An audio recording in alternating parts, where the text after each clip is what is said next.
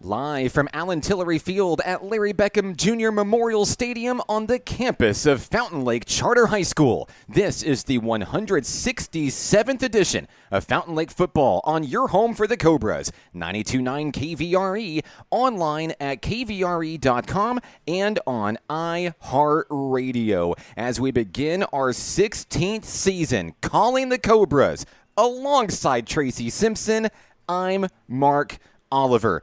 Tracy, welcome back. It's good to be back in the booth and see all the smiling faces here in Cobra Country as Fountain Lake begins its 50th year of football. We've got a fun one on our hands tonight. It's the Battle of the Gorge, Fountain Lake, and Cutter Morning Star. Well, Mark, starting off this morning when we did the featured Cobra player in the coach's corner this morning, you know, we both could barely hold our excitement. I mean, you could feel it. I had so many calls and texts this morning just saying, man, we could hear it through your voice. Well, you're absolutely right. I am pumped up, glad to share the broadcast studio with you. Of course, like you said, 16 years, and we're excited about Fountain Lake football. 50th year, man, it's something special. And John's back in the studio, and Alice looking and taking care of us. Man, it's just a special team we have here, and we can't do this without all of our fans out there and our sponsors, and we appreciate all the fans out there. This is special, Mark. I can't wait for that kickoff, and I'm telling you what, I know a lot of folks out there that can't wait either. I know a lot of folks out here right now. Tracy, it is week 0. It is the first game of the season. It looks like homecoming out here tonight. So many Cobra faces. I mean, just walking into the stadium tonight, I mean, I'm stopped by everybody. Welcome back. We're so glad you're here. We can't wait.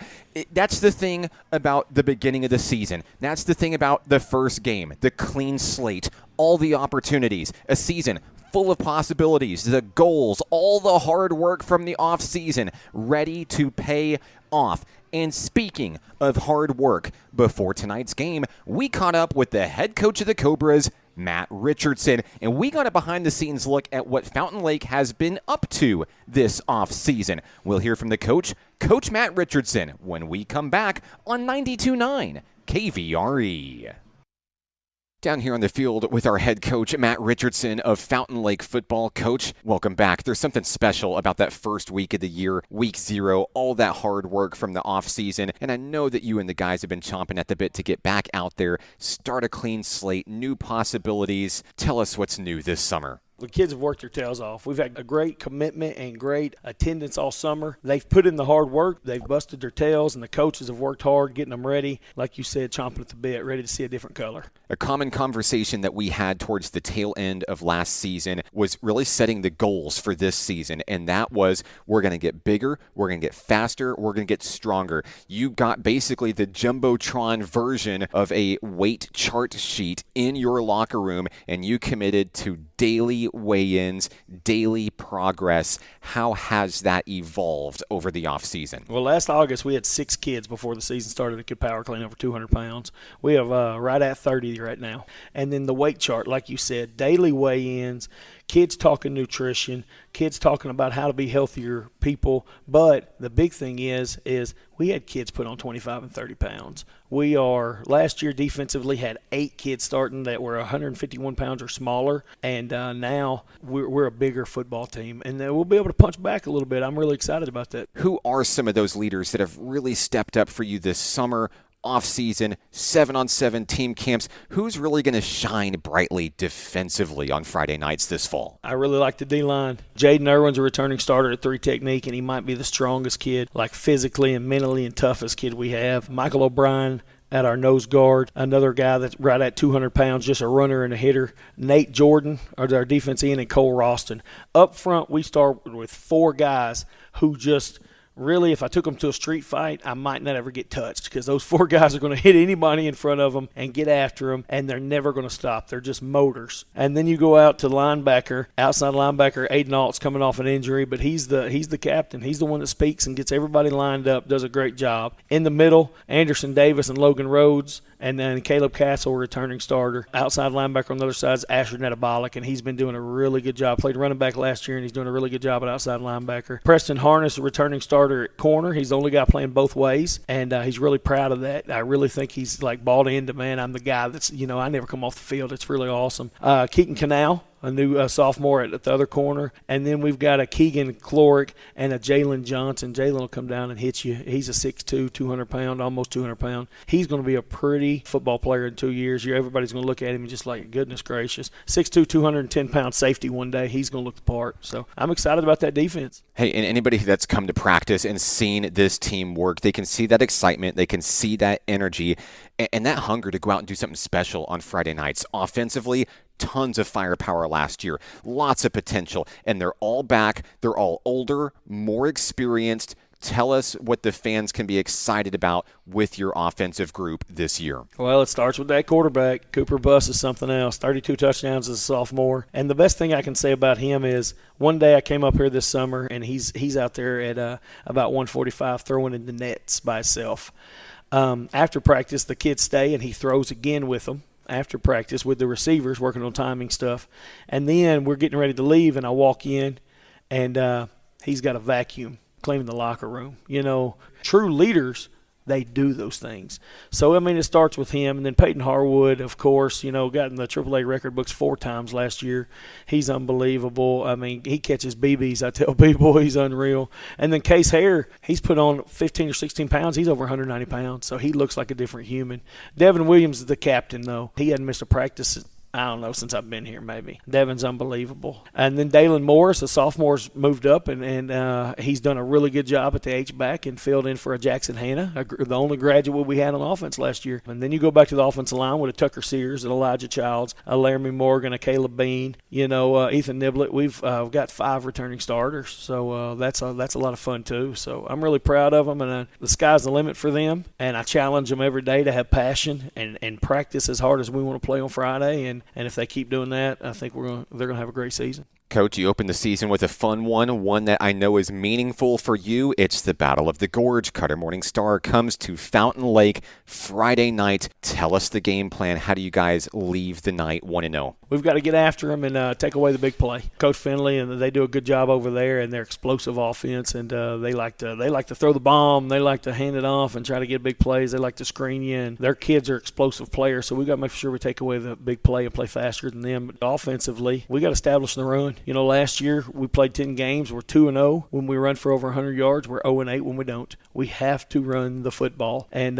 when you run the football, it opens up the pass. So the 2 games we ran for 100 yards, our quarterback still threw for 3 and 4 touchdowns. It's not like we took away the passing game. It opened it up. We have to establish the run is what we have to do, and then we have to stop the run and put them in bad situations defensively. And then the third part of the game is special teams. We figure they're going to kick onside kicks, and we've got to be able to field those and take care of that. We feel like we have a couple of explosive plays we can do on special teams and try to take care of that third phase of the game. So we need to win those yards because people don't look at it, but when you play 60 plays of offense and 60 plays of defense, there's usually 30 to 40 plays of special teams. That's still a big part of the game. Coach, it's been a long off season. There's nothing quite like it. Fountain Lake football is back. We could not be more excited. Good luck to you and these young men that have worked hard all summer, all season long. We're there with you every step of the way. Well, I want to thank you for coming and supporting us, and I can't wait. It's going to be a great season. God bless, and go Cobras. More to come on tonight's game. Coming up next, this is Fountain Lake football on 92.9 KVRE.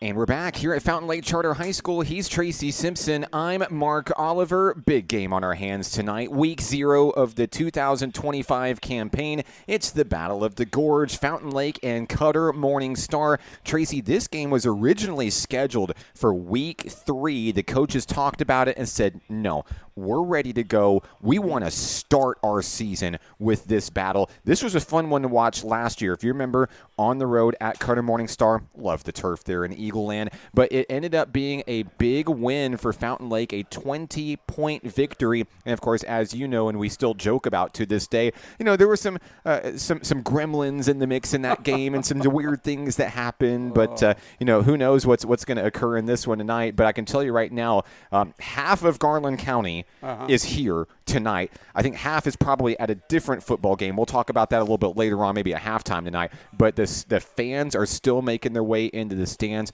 for a really great show tonight. Oh, it's like you said earlier, Mark. It looks like homecoming almost. So many familiar faces. that are the locals that are always going to be here. Then you've got some ones that maybe hadn't been to a game in a long time, and it's on both sides. Like we were talking about earlier this morning, Mark. You're talking about just through the gorge, a hop, skip, and a jump. When you're talking Cutter, these kids, these parents, these fans have seen each other at one of the local stores around the area, or passing each other, or maybe at a Pee Wee ball game or whatever the case is. So this is a big showdown. What happens on the gridiron is just what happens. And after this, everybody will go back to regular ways. But this is special. When you get a game like this across town, it always brings the best out of everybody, including the fans. But you're right. Last year was a little different story. They were hanging, I got to tip my hat. They were hanging in there. Cutter did all the way up until the end, and then it just seems like the gas ran out of them. And then, like you said, there were some gremlins there and at a couple of the calls here or there. But for the most part, it took 4 quarters for Fountain Lake to finally pull it out. But I've got some keys to the game tonight that I think that'll prove a little bit different on the outcome. Yeah, absolutely, Tracy. And, of course, both of these teams last year were just in their first season back in 11-man football after playing 8-man football for a number of years. But no more, it's the transition back from 8-man. No more. No excuses this year for either squad. Coach Nick Finley, Coach Matt Richardson. Of course, Coach Matt Richardson used to walk the halls of Cutter Morning Star, so this is a matchup that has a lot of familiarity to him. But whenever it comes down to it, the Battle of the Gorge, Coach just said it best a few moments ago on the interview. He says that we need to establish the run. Passing game's going to be there. The spread, it's here to stay at Fountain Lake, and it looks better than ever. I was looking at Cooper Bus in warm-ups. Dude is huge now. Absolutely ripped now, and so are a lot of his teammates. They've hit the weight room hard. These guys are ready to come out and make a statement this year, and a 2-8 season, that's not what they're looking for. The sky's the limit for this squad, and there's leadership everywhere you look on the field. And tonight, when we talk about that running game, all eyes are on one specific young man. He's a senior this year, and he's also been named team captain of this Fountain Lake Cobras squad this season. He's got a big heart. He hits harder than any linebacker. He's got relentless drive. He refuses to be outworked, and it's very easy to see why everyone loves him here at Fountain Lake. Our first Clampett's Country Kitchen and Meat Market featured Cobra player of the season, senior running back Devin Williams. Down here on the field with our featured Cobra player of the week, senior Devin Williams for the Fountain Lake Cobras. Devin, welcome back. We've seen you grow up as a member of this program over the years. Now you're that 12th grader. You have that level of leadership now that rests on your shoulders, that responsibility. What does leadership look like for you? Well, it's very special to me for Coach Rich to look at me and tell me I'm the captain, I'm the leader out there, and to put it on my shoulders and trust me to be able to do that. So it's just an honor, and it feels great to be able to go out there and lead my team.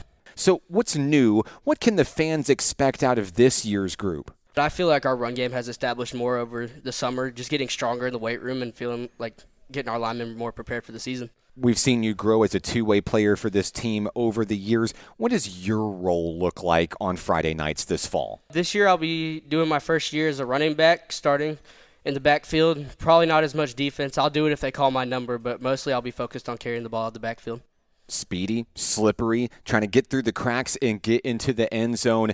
What are some of the personal goals that you've set for yourself this season, your final season in purple and gold? Last year, I feel like we didn't run the ball as much as we wanted to, and our running backs weren't averaging more than, about 30 yards. I don't even know about that. So I've set myself maybe trying to rush for 50 at least once a game, just trying to push the ball down the field as much as I can and let our offensive receivers take a break every now and then and be able to push it down the middle. There's always something special about the season opener, a clean slate, full of possibilities. What's the mood been like around campus this week? Everybody's excited. It's the start of football season. Everybody's excited. Our players have been focused all week. We know what we're up against. We know all these guys that we're about to play. They live about 10 minutes from us. So we know what we're walking into, and we're excited to play these guys, get bragging rights. Yeah, these guys, the Cutter Morning Star Eagles, you probably see them every time you walk into Walmart. You guys know each other. You've grown up against each other. And let's talk about the Battle of the Gorge. What a game to start off this season. Lots of bragging rights, but I think more importantly, momentum as we build into this campaign, beginning with non-conference play. What do we know about the Eagles? What's the game plan? What is it that the Cobras have been working on this week in order to start the season 1-0? First off, the Eagles offense, they have a great running back coming out of the backfield. We're trying to shut him down and make them pass the ball. And their pass game isn't weak, but it's weaker than their run, so we want them to be able to throw that ball. And our offense, we're just trying to run it down their throat and spread the ball out. Now, I know Coach Matt Richardson is a one game at a time kind of coach, but let's talk about those team goals this year. What does success look like for Fountain Lake this fall? Success looks like getting our conference wins, really winning as many games as we can, but those conference wins, getting us into the playoffs and going as far as we can towards that chip. Devin, it's been great watching you grow up. We're super excited for your senior season and all the things that are possible for the Cobras this year. Congratulations on the honor this week. Is there anyone yet you'd like to say hello to who may be listening? Yeah, my mom. She helps out in tremendous ways. Me personally, my brother that's also on the team, Raymond, my stepfather Randy, and my mom just feeds the whole team. She feeds us every week, takes care of us, so I want to shout her out and my whole family. It takes a village, and they all do so well supporting, loving, and grinding that success for this program. Devin, good luck this Friday night. Good luck this fall. Get him this week. Go Cobras. Devin Williams, your featured Cobra Player of the Week for Week 0, the Battle of the Gorge. More on tonight's matchup coming up next. This is Fountain Lake Football on 92.9 KVRE. Back here at Fountain Lake Charter High School, he's Tracy Simpson. I'm Mark Oliver. It's the Battle of the Gorge. The Cobras and Eagles go to war here in just a few minutes right here on 92.9 KVRE. Alongside Tracy Simpson, I'm Mark Oliver. Time now for the keys to the game in this matchup. Tracy first for the Cutter Morning Star Eagles. We talked about last year's matchup. This is not the same team that we saw a year ago for Cutter Morning Star. The legendary quarterback Peyton Mills is now playing on Saturdays after graduating back in May. They turned the keys of the offense over to a sophomore quarterback, Jacob Smith. Can the Eagles rise on their quest to avenge last year's Battle of the Gorge Battle of the Gorge loss? Looks like we're having some issues with Tracy's microphone. We'll get that all squared away for you guys there. 1 second there. Fountain Lake, of course, for the Cobras, the spread returns behind the tandem unit of quarterback Cooper Buss and receiver Peyton Harwood, joined by a strong supporting cast featuring Case Hare and Preston Harness and Devin Williams. Look, this team is bigger, faster, stronger. They're ready to write a new chapter in Cobra's lore. Mark, you know what the main thing is, too? If I keep my foot off the court, it might work a little bit better. It just might. Oh, well, technical is my advantage when it comes to this. Here's the bottom line, Mark. This has got to be something that they've got to really come out and put the pedal to the metal. It's just that simple.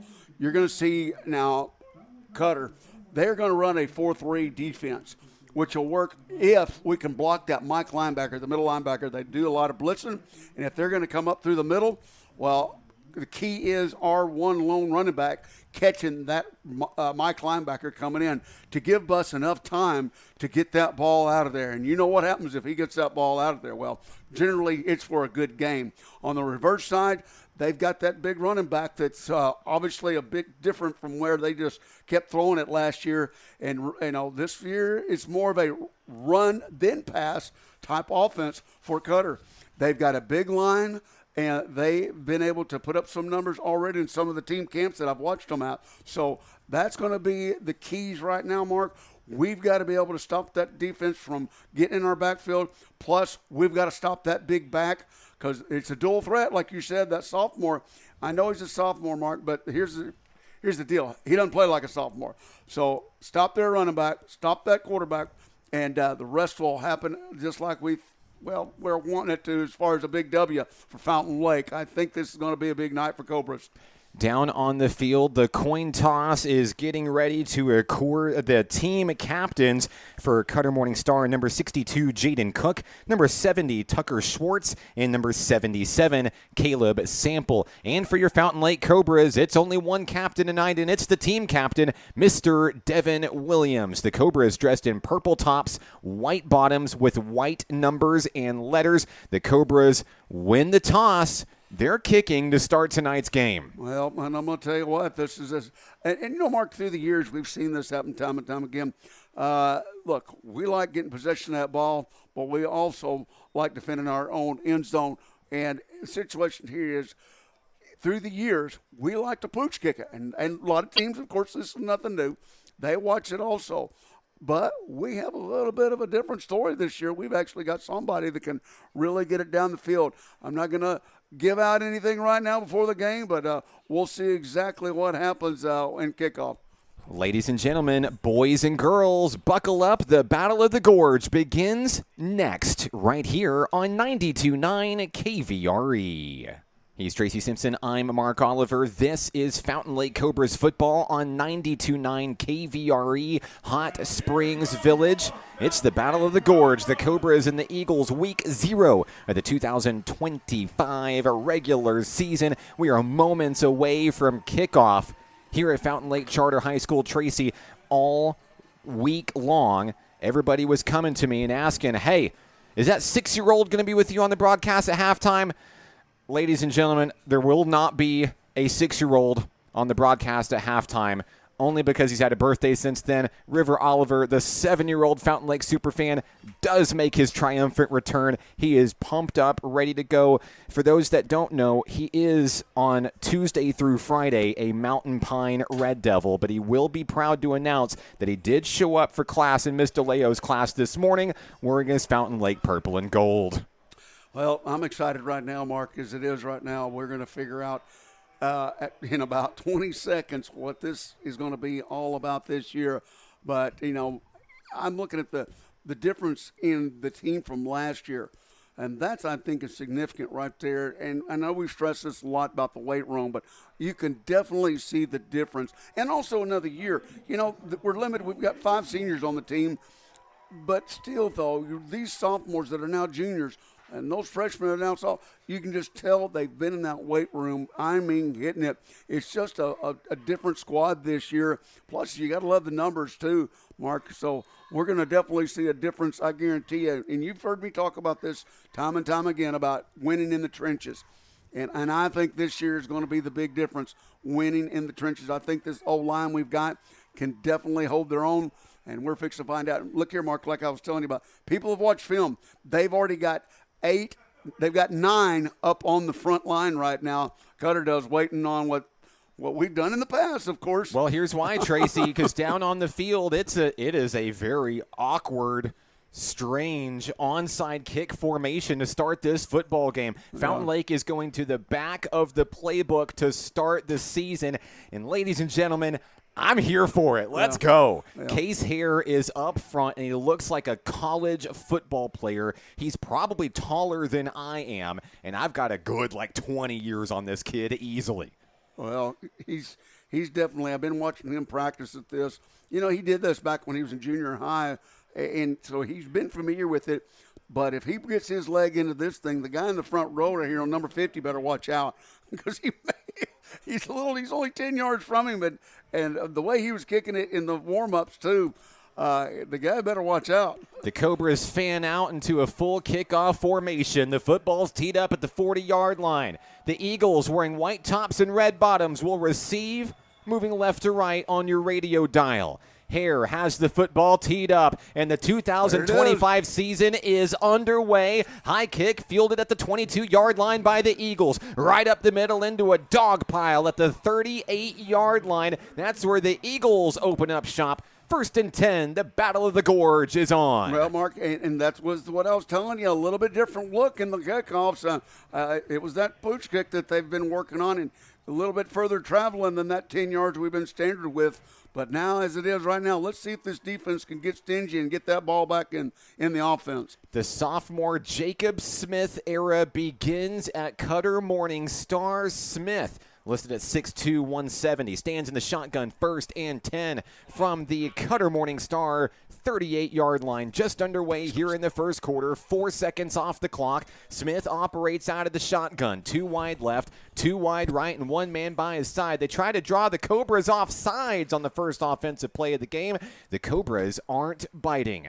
Oh, man, I'm telling you what, standard, we look like we were going to pull into a blitz right here, Mark, and we do. The snap and the handoff up the middle. Santiago Del Rio, the running back. He gets a small gain of 4. That brings up 2nd down and 6. Well, Mark, he's a bowling ball. I'm going to tell you, he's got low stature, and he can really run the ball well. Off of that split defense right there, we saw a linebacker split and defensive end go crashing in, making the tackle.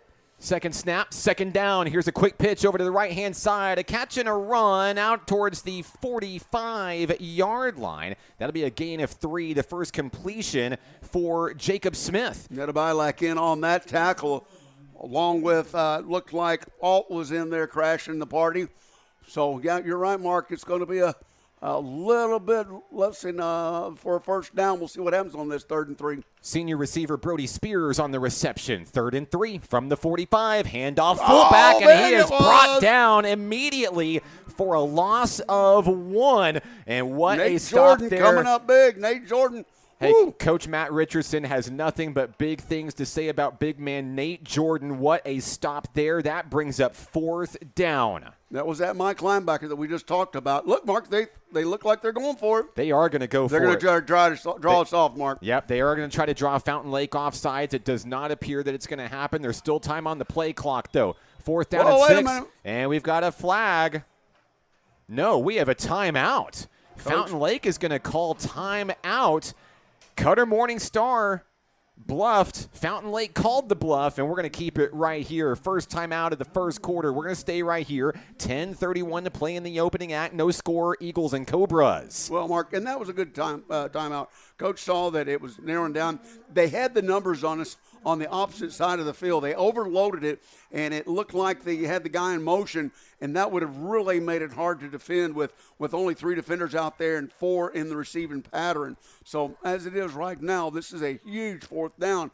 And where we thought that they were going to try to draw us off, there was 3 seconds still on the clock when they were about to snap the ball. So that was definitely a good timeout on Coach Richardson's behalf. So we'll see if this defense can adjust, and because they've actually been doing a lot of the same similar patterns that they did last year. We didn't realize they were going to throw it this much, but it's a long 3rd and 3, wouldn't you? Or 4th and 3, wouldn't you say, Mark? Yeah, it's going to be 4th and 4 Yeah, here it's from close the to 4. 44-yard Yep, line. right. Eagles moving left to right on your radio dial with the long field. Here's the snap. Smith rolls to the left-hand side. He's pursued by Nate Jordan. Nobody Foot race. there. Is he going to make it? Yes, he is. Nobody He'll pick there. up the first down. He rolled to the left, swept all the way into the Cutter Morning Star huddle. That will move the chains with a first down, and that's a big one. It's a gain of 7. Yeah, no doubt. Those 4 receivers on the outside out there just took off, and that left a lot of green out there for him to run out there. Somehow that outside linebacker's got to crash and turn him back into the rest of the defenders. But as it is, a first down. New life for the Eagles, 1st and 10. They're now inside Cobra territory at the Fountain Lake 49. 1st and 10, handoff to Del Rio. He ping-pongs off a couple of defenders, finally brought down for a loss of 1 right at the purple and white midfield stripe. Second carry of the ball game for Del Rio. He has 3 total yards so far. Brings up 2nd down and 11 for the Cutter Morning Star Eagles. Host of Cobras in on that tackle, Mark. They're really going to the ball. I'm going to tell you that right now, buddy. No score here in the Battle of the Gorge. 2 minutes off the clock in the first quarter. And once again, they still try to draw the Cobras off sides. Tracy, Yeah. Fountain Lake's not biting. I'm loving it so far.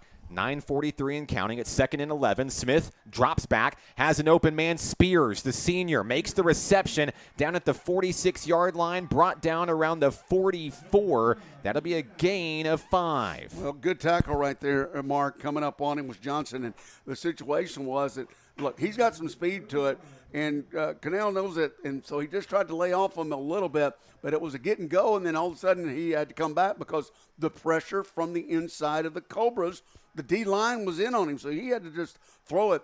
And, man, this is a big 3rd down right here, though.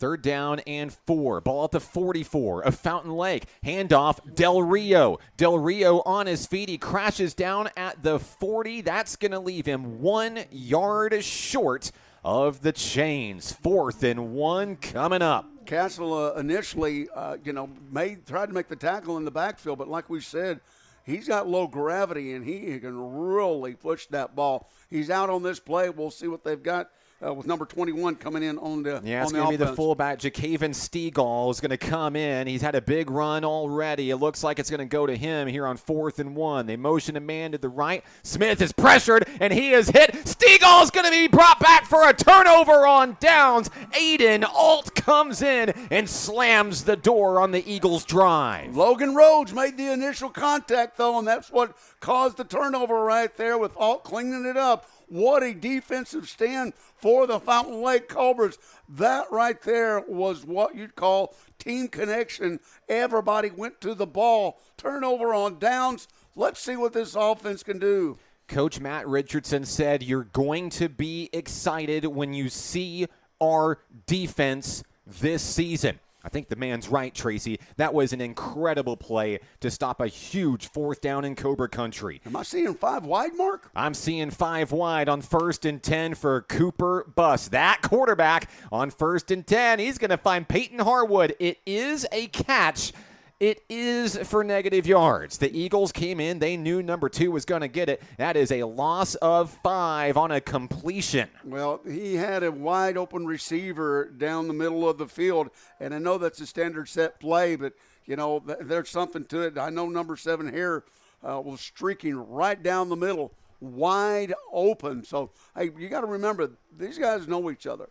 They watched, the same guys catch the ball last year, and so they know Harwood. They're going to be going to him a lot. Brought back to the 41-yard line, 2nd and 15, and flags will fly. The first flags of the contest tonight, and this one looks like it is false start. No, excuse me. This is going to be offsides against the Eagles, so you lost 5 on a completion. Now you've been given a free 5 yards on a miscue by the Eagles. Here comes 2nd and 10 from the 46. Mark, we're all pumped up. We got everybody going on. We just got some funnel cakes brought to us already. Dude, I know. Boyd brought them up to us, so my goodness. And wait a minute, somebody. And let me tell you something. It's year 16.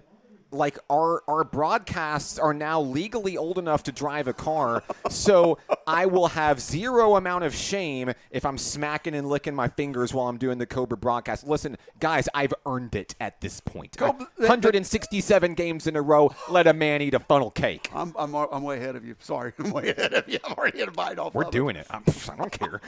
So another offsides. It brings up 2nd and 5, and here's a handoff to Devin Williams, the first rush for the Cobras this year. It's a pickup of 4, and that puts the Cobras 1 yard shy of a first down. Mark, I'm going to tell you what, for you youngsters out there learning how to run the ball, that's the key right there. Once you make contact, wrap up on the ball, keep those legs churning. Don't give up till you hear that whistle blow. Cobras on the move, 3rd and 1 from the 45 of the Eagles. Handoff Williams trying to stretch forward. He dives forward. Oh, yeah, he's got it. Pickup of 2. Move those chains. No doubt about it. Just like Coach said in the interview, hey, look, we're going to depend on that run this year. It's got to make us some short yardage. Last year, that 3rd and 3, 3rd and 2's got away from us. And this year, we've got to commit to that run, and we got to make it happen. Well, we saw it right there, Mark. Yeah, Coach Richardson said it best. He said, every game that we ran for 100 yards or more, we won. If we didn't, we lost. 1st and 10 from the 43. Buss drops back to pass, has a dagger across the middle. He has Harwood at the 20. Get ready, Tracy. I've been waiting all year to say it. Touchdown, Cobras. 43 yards. Holy cow, man. The strike was there right on the button. Sure enough, and the last 23 yard was all Harwood.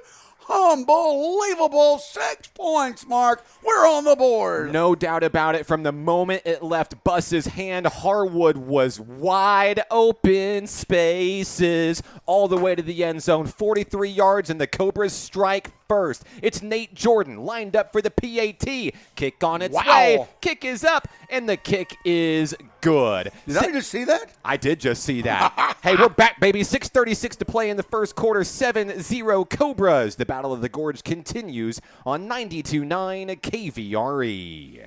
Cobras are on the board, 7-0, and a big touchdown from Bus to Harwood, 43 yards, and it was Mr. Nate Jordan, not only making a big fourth down stop to get the ball to his team, but kicking the PAT. Fountain Lake in the lead here in the Battle of the Gorge. But now it's Cutter Morningstar's turn. And Tracy, even though they turned it over on fourth down, this was a team that was slowly starting to put the pieces together. They're going to come back hungry to even this one up on this drive right here. Well, I'm going to tell you what, Mark, that connection right there just, it really gives an incentive for everybody to come out and get some going 110% right now. The kickoff, let's see what happens with these guys because the first one worked out really well for us. Teed up at the 40. Case Hare sends it yard on its way. Fielded at the 15-yard line. Here come the Eagles. On the run is Spears. Spears with running room. Hang on a second. He's in Cobra country before he's wrestled out of bounds by the kicker, Case Hare. That one almost made this a one-point game. Man, they just old-fashioned right up the middle, and they literally just opened up it was a wave. And actually it looked pretty good, Mark. And it fooled our guys because they thought that they were going to go to the right, whereas they just went straight up the middle, and somehow they divided. But here, oh boy, that was a lucky tackle right there. Man, I'm glad that we have that guy. 1st and 10 from the Cobra 38. Smith has the snap, drops back to pass, and the catch is made and immediately leveled. Guess who? It's Aiden Altland, the smackdown on Jackson McClone. Man, hardly any gain right there. Good play. I'm surprised he didn't fumble it after that catch. That was a really good tackle, too. He led with his head, but look, the proper way of doing it now so you don't draw a penalty. He hit him with his shoulder pad, and that's what you got to do these days. Great tackle. Jacob Smith, 3 completions, 3 for 3, 9 yards. Smith in the shotgun, and we're going to have maybe a referee conference here. He's telling you, here's the deal. This is the second time he's told him he doesn't have a mouthpiece. Number 78. Left it at home, shucks. Yeah, big number 78 for Cutter doesn't have a mouthpiece on him. And so that's Bryson Stevens. He's a freshman, and he's going out to get situated on the sideline with Coach Nick Finley. All right, he's a freshman? He's a freshman. Oh. 2nd and 9. Smith running for his life. He evades Nate Jordan, but the third man's going to get him. Hit as he throws. Hang on a second. He catch that ball. Flag. We got a flag. Yeah, flags are fly. I believe we're going to have roughing the passer here because Jacob Smith is down on the ground. Wait. Oh, he just popped he just did a Super Mario jump, Tracy. He's like, boing, back up. And so that was an incomplete pass downfield, and there were not one, not two, but 3 Cobras right there in his face. I do believe there is a flag down. I believe this is going to be roughing the passer. They're calling that complete now, Mark. That ball hit the ground. No, it is an incomplete pass. It is an incomplete pass, but the flag is what's going to give Cutter Morningstar some free real estate. Well, we'll see what happens here. Already got some of the flags out tonight. But now they're in that conversation. This could go either way right here. Of course, it could give them 15 yards. It's about the same from where the spot at the foul is.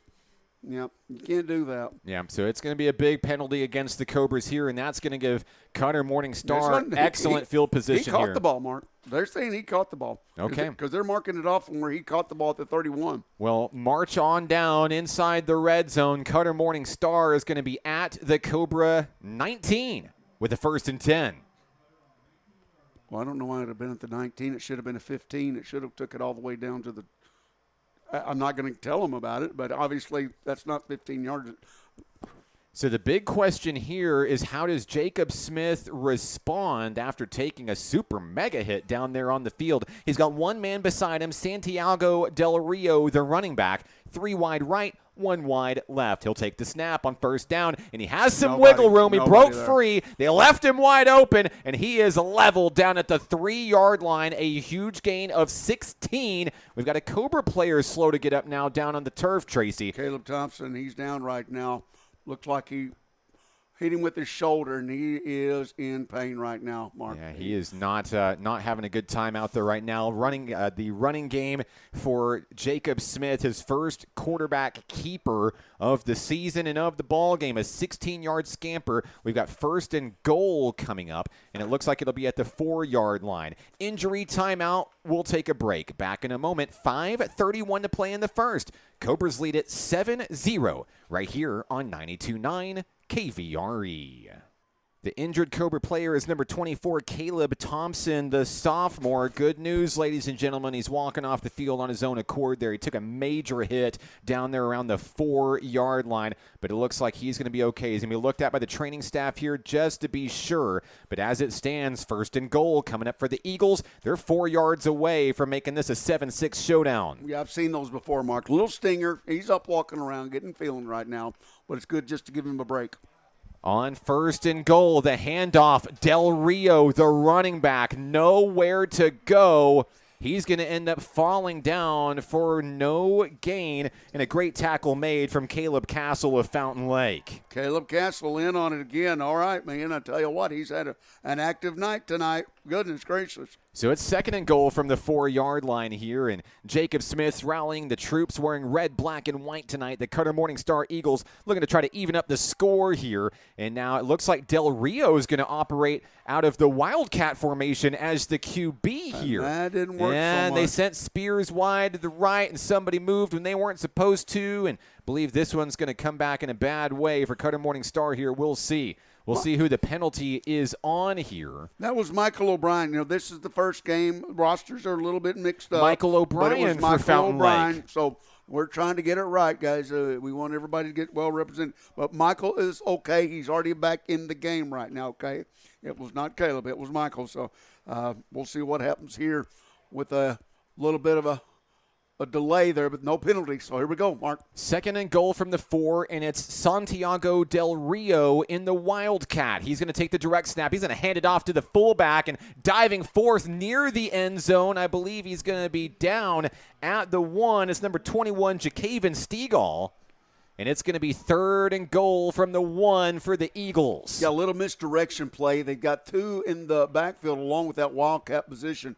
So he delayed it to the right and full head of steam, and boy, he took it all the way down to the 1. Big play right here, Mark. Tush push may be on its way here for Del Rio and Stegall. Del Rio's going to take it himself, and hang on a second, I think he's rejected at the 1-yard line. The Cobras stood tall. It's 4th and goal. Big tackle right there. Johnson in on the play, and a host of Cobras as they stood him up, just like you said, Mark, pushed him back, and man, oh man, here we go right now. Let's see what the call is. I mean, the call is you're going to go for it. 4th and goal at the 1. I mean, you're not going to punt here, right? So field goal. But I think Cutter Morning Star, you know, they've moved Jacob Smith up to or actually off the field here. It's going to be Del Rio in at the shotgun. Here we go. 4th and goal from the 1. Del Rio's going to take it himself. He's untouched into the end zone. Touchdown Eagles. It's 7-6. Well, it was a good stand, though, for a little bit, but just too much meat up the middle as he finally, big number 78, got his mouthpiece back and was able to move some people along with big number 77. I'm telling you what, Mark, they have got a giant line. I'm telling you right now, I'm talking 300-plus easily. Some big boys on that line. So Fountain Lake did the best they could, just coming up short. Carlos Pinoza out to attempt the PAT and tie this game. He does. 3:34 to go in the first. We're going to stay right here, but we're all knotted up 7 apiece here at Fountain Lake Charter High School. All right, Mark. No panic right now. That was a good drive by Cutter. They mixed it up a little bit, and of course the defense with a few penalties that helped down the play. That's the nature of it. Last year we saw some of this scenario where 15-yarders here or there caused the difference in the games, actually. So we just need – and I know, here's the kicker. These kids are anxious. They've been practicing against each other. They're ready to hit somebody else. And sometimes you just get a little bit too much out there at one time when you go to hit somebody. But you got to draw it on in, come back down to level, come back down to to where your practice makes everything as far as your tackling drills, and the timing is everything also, which during practice, Mark, it's hard to get that timing down. So things are going to work out. 7-7 with only 3:34 left in the first. Hey, we got a game on our hands. And you look at how the storyline is evolving for Cutter Morning Star in this game. The quarterback, Jacob Smith, taking a huge hit. He didn't come back in after that hit on that drive. It was the running back, Santiago Del Rio, who moved into the quarterback position and helped his team finish that drive, capitalizing with that 1-yard touchdown run. So Cutter has options. They have depth, and that backup just helped them tie this game right here. Fountain Lake set to get the ball back. Onside kick. I did see him do this earlier this year. Team camp, Mark. They did some onside practice kicks. And Fountain Lake practiced special teams all week long. Case Hare with the fair catch. No problem. Fountain Lake will open up shop from its own 31-yard line. And Tracy, this is also something that the Cobras have worked on as well. And Coach Matt Richardson, his philosophy here is that he doesn't care about a return. He's not looking at a return. He wants to make sure that the Cobras get the football and don't cough up the rock. You're going to see a lot of fair catches. No matter what the positioning is, he just wants to make sure that his offense gets the chance to shine. And just like that, look, 32 yards is not a bad field position. I'm going to tell you that right now. Yeah, you're 1/3 of the way home. Right. We saw him march down the field a while ago. It only took 7 plays. And, of course, the big one was the big touchdown. So let's see what happens with this offense now. 2 wide right, 1 wide left. Bus takes the snap, and he hands it off to Devin Williams. Williams folded down around the 31-yard line. He's going to lose one. It'll bring up 2nd and 11. Mark, I know what that defense is seeing now, though. It looks like so far of the 5 runs, 4 times that he's been in the backfield, or 5 times in the backfield, he's ran it 4 times. And so the defense is crowding the offensive line right now. As soon as they see Williams in the backfield, they obviously crowd it. Let's see if they back off now or they come after him since he's in the backfield. Spot of the football is actually pretty good. It's a no gain on the play. Brings up 2nd and 10. Cooper Bus takes a deep snap, rolls to the right, pump fake. Bus is going to take it himself. He rolls out of bounds into Eagle territory, picks up maybe 1 or 2. They're going to give him 1. That's going to bring up 3rd down and 9. Not a whole lot there. The window closed. He turned on the legs. There just wasn't anywhere to go. No, there wasn't really. The Cutter offense has got some really good kids on them, and they're going also on the defense. And so you're seeing them go both ways. Yes. And they are especially number 21. He is all over the field everywhere. Honeycutt. A lot of guys playing both ways for Cutter. Not necessarily the story for Fountain Lake this year. 3rd down and 9. Bus takes the snap, rolls to the left, throws on the move. He can't hit Harwood, overthrows his receiver. Just like that, it's 4th down in your own territory. A -1 on the possession so far. Here comes the punt team. Update across town, Mark. Lake Hamilton 14, Lakeside 14. High-scoring game already in that one. A big rivalry game. We talked about it. Half of the county is here. Half the county is probably over there in Piercy tonight. 2:46 to go here in the first quarter. We're tied. 7-7, Fountain Lake and Cutter Morning Star. On 4th down, the Cobras are going to punt, and that's trouble. That goes over the head of Cooper Bus. He's going to pick it up at the 2-yard line, and he's just going to have to get rid of it. Throws a deep bomb downfield. He overthrows Williams. That one is trouble. It's a turnover on downs. Cutter Morning Star is going to take over at the Fountain Lake 32. Well, first game jitters, Mark, and special teams is that's that 1/3 of that we talk about all the time: offense, defense, special teams, and that's something obviously that they're really going to have to work on. But as it is right now, defense right now needs to come in and make things happen. Because you definitely don't want to cough up the lead here. 7-7, Cutter has all the momentum right now. 2:37 to play in the first quarter, so the Eagles are back, and so is Jacob Smith operating out of the shotgun. 1 wide left, 3 to the right. Del Rio by his side. Smith, the snap. He's thinking 6 on this play, and he throws all the way to the end zone, and it's broken up by a couple of Cobras right there in his face. It's Preston Harness and Jalen Johnson making a big stop. And you're going to see Harness a lot. They shifted him over to, that cornerback position simply because he's got a nose for the ball. Obviously, last year when he was, catching several of those passes, and you'll see him go both ways like you were talking earlier. But you will see him go both ways. Yeah, defense mainly, though, because he's improved really a lot on his defensive strategy. Harness, actually, the only player going both ways for the Cobras in tonight's starting lineup. Well, and that's what Richardson preaches about all the time, giving everybody, that 12 minutes, so to speak, of their time. And he's bleeding that all of his coaching career. So as it stands here, we're looking at 2nd down and 10 for the Eagles. They're on the Fountain Lake 32-yard line, beginning to threaten in a 7-7 ball game. Snap to Smith. Quick pitch left-hand side, a quick catch and run. Stood up and knocked out of bounds. Great tackle made by, guess who? Preston Harness. We'll see where they spot this football here. By my mark, it looks like this is going to be a gain of 3. We're looking at 3rd and 7. Harness made the tackle on that, but I'm going to tell you right now, Nedabilek came up and put a lick on the would-be blocker over there to make it access for Harness to get up there and make the tackle. Otherwise, that could have went for a big gain. They stopped them. That's team defense right there working together, Mark. The reception, number 1, Kingston Hollingsworth. It's 3rd and 7. Down at the Cobra 29-yard line. They send a man in motion. Here's the snap. Full Smith blitz. drops back to pass. They're blitzing, and this one's going to be tackle. caught by Stegall. Stegall catch and run down the sidelines. Oh, my goodness, he's brought down in a big way. What a tackle made by Jalen Johnson. It saves a touchdown as he's inside the 15 to the 12. Well, they said he stepped out, Mark. I didn't see it, but there's a flag. Well, there is a flag on the play here, so let's see what the officials decide on this play.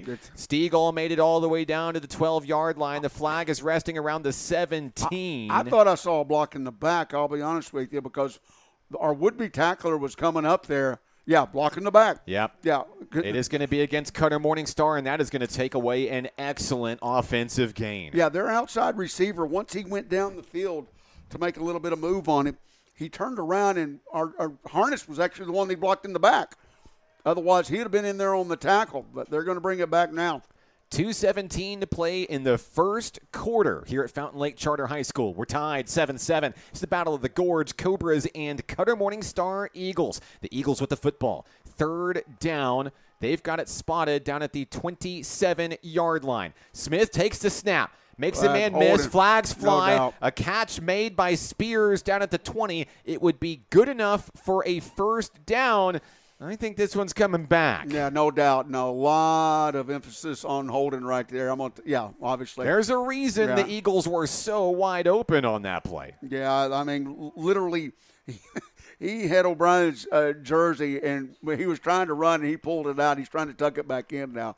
So a good call for the Cutter offense, but it just was no good because of the hole. Boy, we're almost looking at like symmetrical mirror images here of these offenses here, because on the previous Fountain Lake drive, or the previous Cutter drive, marred by Cobra penalties, and now Cutter with an opportunity to get the first lead of the ball game, they're shooting themselves in the foot here. Yeah, and once again, Mark, first game, a lot of jitters going on.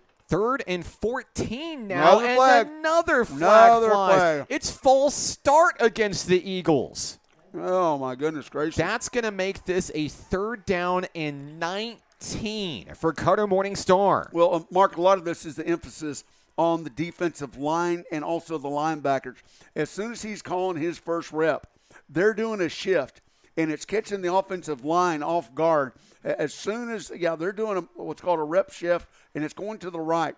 They'll call a left or a bandy or whatever the case is, depending on what the coaches want to use. But as soon as they're doing that shift, you're seeing the offensive line come offside. 3 wide right, 1 left. Smith in the shotgun. Takes a low snap, drops back, has a screen pass to Spears. The catch is made at the 35, and he loses the football. Now the big offensive lineman's going to fall on top of it. It is a positive gain of 4 yards, but we're still looking at 4th down and a short bus ride. Oh, boy, that ball was out. Right place, right time was big number 77. That's Mark. Caleb Sample. So he's got his mouthpiece back, and he's working. Yeah, the senior coming up big with a big play in the season opener there. Saves the possession for the Eagles. Now, we're looking at 4th down and 15 here. Football at the 37 of Fountain Lake. Here's the deal. Inside Cobra territory, I would not be surprised to see Nick Finley's boys go for it here. We've already seen a 16-yard gain on a quarterback keeper. Their play clock's running down, Mark. Cutter Morningstar is going to burn its first timeout of the first half. We keep it right here. 1 minute exactly remaining in the first quarter. Well, Mark, this could be huge right here. Of course, stingy defense all of a sudden after giving up a few big plays, but also some miscommunication on Cutter's behalf as far as those penalties like you were talking about. Jitters, whatever you want to call it. Just right now, hey, look, it's in our favor. And you know what? If they come up right now, that would huge. You know how motion's listed on their sleeves. You know, we see this all the time. And so right now with the fans backing them, cheerleaders going, bands a-blazing, we are getting after it, and I like it right down here. Well, I'm telling you, so far, we've played 11 minutes of regulation in this contest, and the Battle of the Gorge has been exactly that, a battle. Hey, it's construction night here at Fountain Lake Charter High School. The cheer team is all decked out in their neon construction uniforms. I see the caution tape everywhere, the hard hats down in the student section. Man, I love these themed evenings they have, and they've got them all year long here at Fountain Lake High School. Pretty cool. I saw one walking by a while ago with a sledgehammer. I'm like, goodness gracious. Give it to me. She needs to be out on the field playing. I need it as my royal scepter. I am requesting. I know that you're listening on the radio because there's look at the guys down there with the headsets on. Hey, you on the I'm gonna do it. The guy on the front row with the neon hat and the headset, stand up and give us a wave. He's sitting there listening to us. He gave us a thumbs up. There's a 7-second delay. Hang on. Oh, there it is. Yep. All right, gang. I love our fans. I love them so much. 4th and 15. Eagles going for it. Smith looking for the Hail Mary. Hit as he throws. Catch is made by Del Rio, and Del Rio is going to go down at the 21-yard line. Make the first down. Guess what, Tracy? They're moving the chains. I talked about it. If the Eagles decided to go for it, you had to make sure you paid attention to those guys downfield. Cobras are going to wish they had that one back. Cutter's going to stay alive on the drive. Mark, they're keying in on 2 of their players. I mean, 2 of their players are 90% of their offense. It is a 16-yard reception for Del Rio. His first of the ball game. Another flag. And Cutter Morningstar says, we want to work a little bit harder now. False start against the offense. So now it's going to be 1st down and 15, and that will back the Eagles up to the Cobra 26. Well, I'm telling you right now, this is where the defense has got stingy once before, along with the penalties helping them out. But we need to see if we can maybe a turnover on downs or either just a plain old interception or fumble. This may be the final play of the first quarter, depending on what happens here. 1st and 15, Smith takes the snap. He drops back to pass, and he is hit after he throws. No flag, an incomplete pass into 3 Cobras. No one could come up with it. Nate Jordan did very well. I don't know how he did it to avoid a flag being thrown there. Well, I'm telling you what, they're working the clock pretty good, but once again, that incompletion stops the clock, so a little bit of time left for this Cutter offense to make some move, but the defense has been slowly but surely getting after them. That incompletion also stops a 5-straight completion streak for Jacob Smith. They try to draw the Cobras off sides, and Tracy, it is still not happening. 2nd and 15, clock stopped, 23 seconds to go. Mark, they've got 3 receivers over there, and finally they shifted. Here's the snap. Smith drops back. Inside the pocket, has time. He rolls out to the left-hand side. Smith's going to take it himself, looking for the first down. He's just short. A great tackle made by Fountain Lake's Logan Rhodes with a big stop. He didn't get out of bounds, Mark, so the clock's still moving. Well, the and good they're gonna thing let it is run. you can just take it to the second quarter here. Cutter says, we're good. We'll see you in the second quarter. At the end of 12 football minutes, we're tied 7-7. It's the Battle of the Gorge, and it continues in a moment on 92.9 KVRE. Back here at Fountain Lake Charter High School, he's Tracy Simpson. I'm Mark Oliver, 7-7. The Cobras got on the board first with an excellent touchdown pass, 43 yards, Cooper Bust to Peyton Harwood, and the Eagles struck back with a 1-yard touchdown run from Santiago Del Rio. We go to the second here in the Battle of the Gorge, where the Eagles will face a third down and long, third and about 15. Well, and here's the deal right now, shifting gears. But, if defense somehow could manage this stop right here, you talk about influence for the offense. And, we mentioned this a while ago, only one guy going both ways. Offense obviously has had a lot of time to rest. And so they can come out and with those guys going both ways for Cutter and really make an impression on them and move the ball. It looks like it's going to be about third down and 13 for the Cutter Morning Star Eagles. They're now moving right to left on your radio dial. Football down at the 23-yard line of Fountain Lake.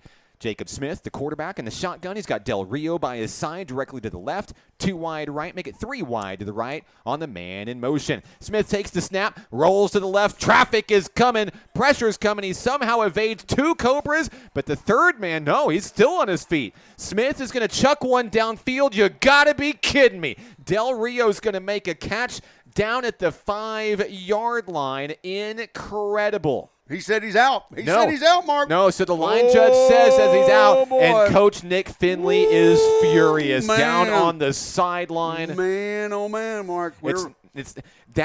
We're looking right at it. Gosh, that could be such a game changer in a game that's been as close as it is right now, because now you're looking at fourth down and 12, but from the 23-yard line, you're really looking at the end zone here. Well, I'll tell you what, to be honest with you, the official was out of position on that one, Mark. But, hey, as it is, we're going with 4th and 12, so let's see what happens.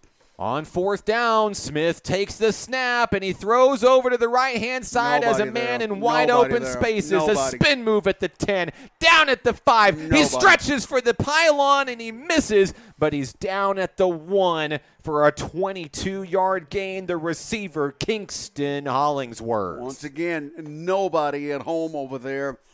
They came with the blitz, and that left him wide open. This quarterback for Cutter, something special. I'll be honest with you, Mark. And now the Eagles are knocking on the door, looking to take the lead. Smith, the snap, handoff, Del Rio. Cutter Morning Star takes the lead. Not a hand on him. It opened up wide open. That's where them big boys down low in the trenches, like we always talk about, they just moved everybody out of the way. I'm surprised they don't use that play more often, because they obviously outweigh our guys by about 100 pounds, I'll be honest with you. Well, it worked once already for Del Rio. It is his second 1-yard touchdown run of the ball game.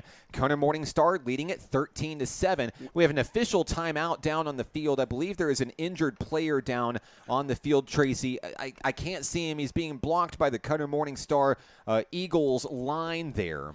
Well, I think he's cramping up, Mark, is what it is. It's a Cobra player. I just can't see which jersey number he is. Yeah, he's cramping up is all it is. He's fine. Hey, look, I know the temperatures have dropped a little bit tonight, but it's still very, very humid out there. And, we talk about this all the time about hydrating.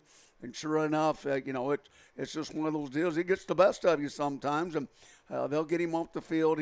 They're trying to stretch him out a little bit right now. And, obviously administering some Gatorade or some water, but he's up now, walking around, and he's one of our guys that we got to have back in there, Jaden Irwin. That's Jaden Irwin. That's coming up, and he's going to come off for a spell, get some water, get some hydration, and if you know Jaden Irwin, you know he's going to be back. Hey, Tracy, it's the 50th year of Fountain Lake football, and we've got something really special for all of our fans every Friday night here on KVRE. At halftime, we will lead the halftime show by catching up with old friends. We've got former coaches, former players that not only made an impact in their time with Fountain Lake football, but beyond the gridiron as well. And our first one in the series coming up at the end of the second quarter. We can't wait to catch up with an old friend. PAT on its way for Cutter Morning Star. It's good, and that will make it 14-7. We will stay right here with 11:30 to play in the first half. 14-7, Cutter Morning Star, the second PAT of the ball game for Carlos Pinoza.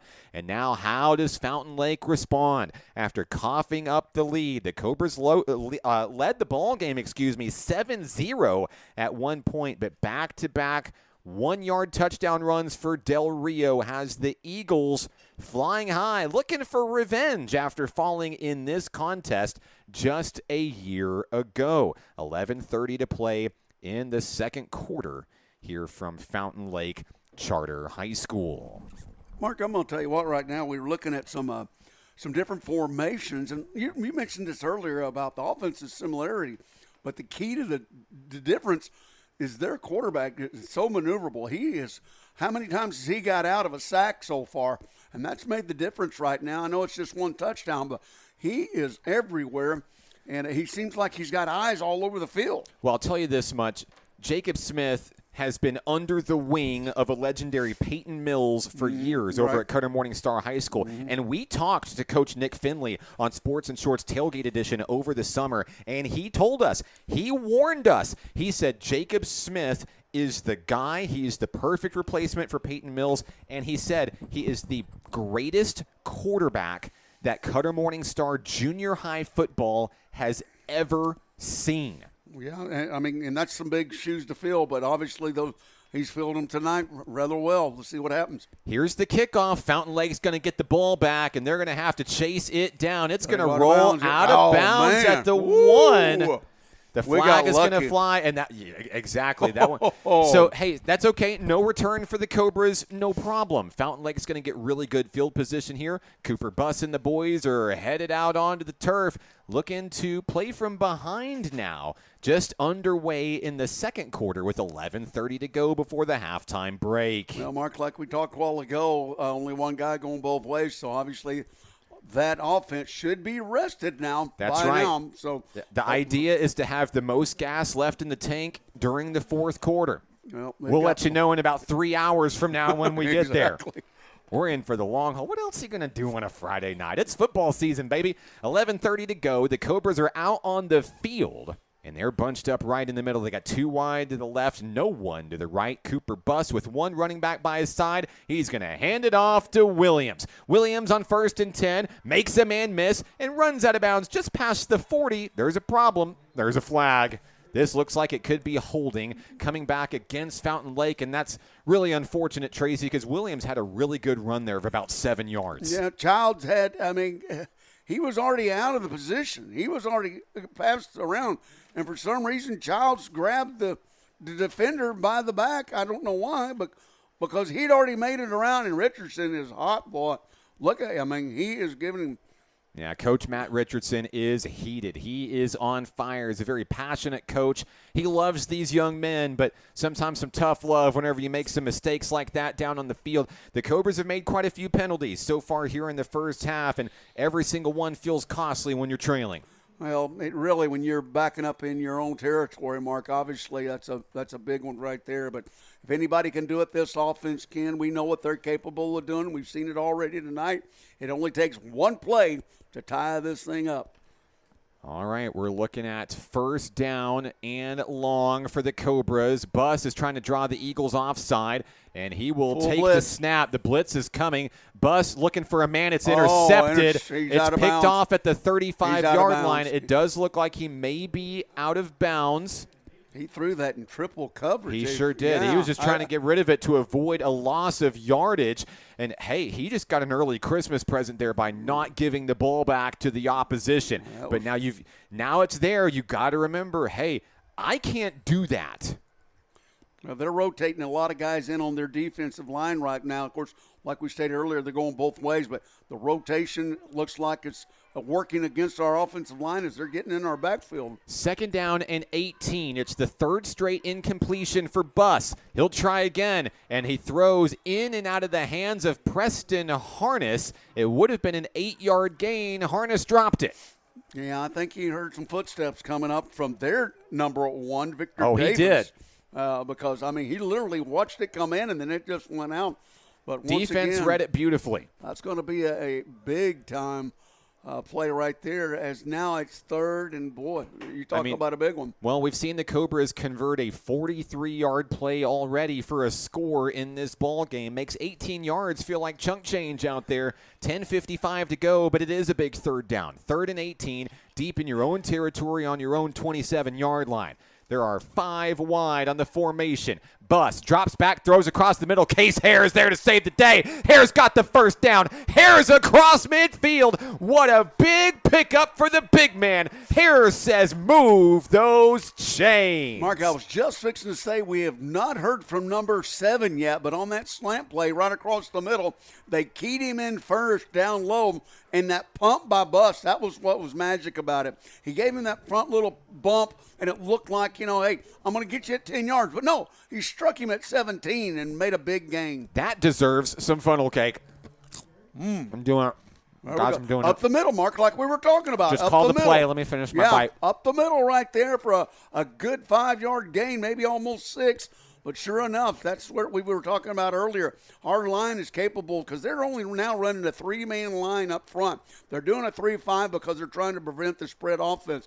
And so with that 3, now they've shifted over. They've brought back the big boys up the middle. And so, hey, 2nd 5, that's something we can work with, Mark. That's a big pickup for Devin Williams. Getting that funnel cake down. Chew first. We're chew good. Chew first, Mark. 2nd down and 5, but Williams has been making plays like that all night long, and it's a big night for Williams. Here's Buss on 2nd down. He missed the handoff. He's going to take himself, lower his shoulder. He picks up 3, and he knocks the helmet off of the Eagle defender, Cooper Buss. And we talked about it. He gained like 20 pounds in the offseason, and it looks exactly like it. That kid's got to go out. That kid's got to go out. Yeah, his helmet came 5. off. His helmet came off. He's like, man, why did it have to happen to me? Yeah, 5's got to go out of here. To pick up a 3 for the quarterback on the quarterback keeper, Buss.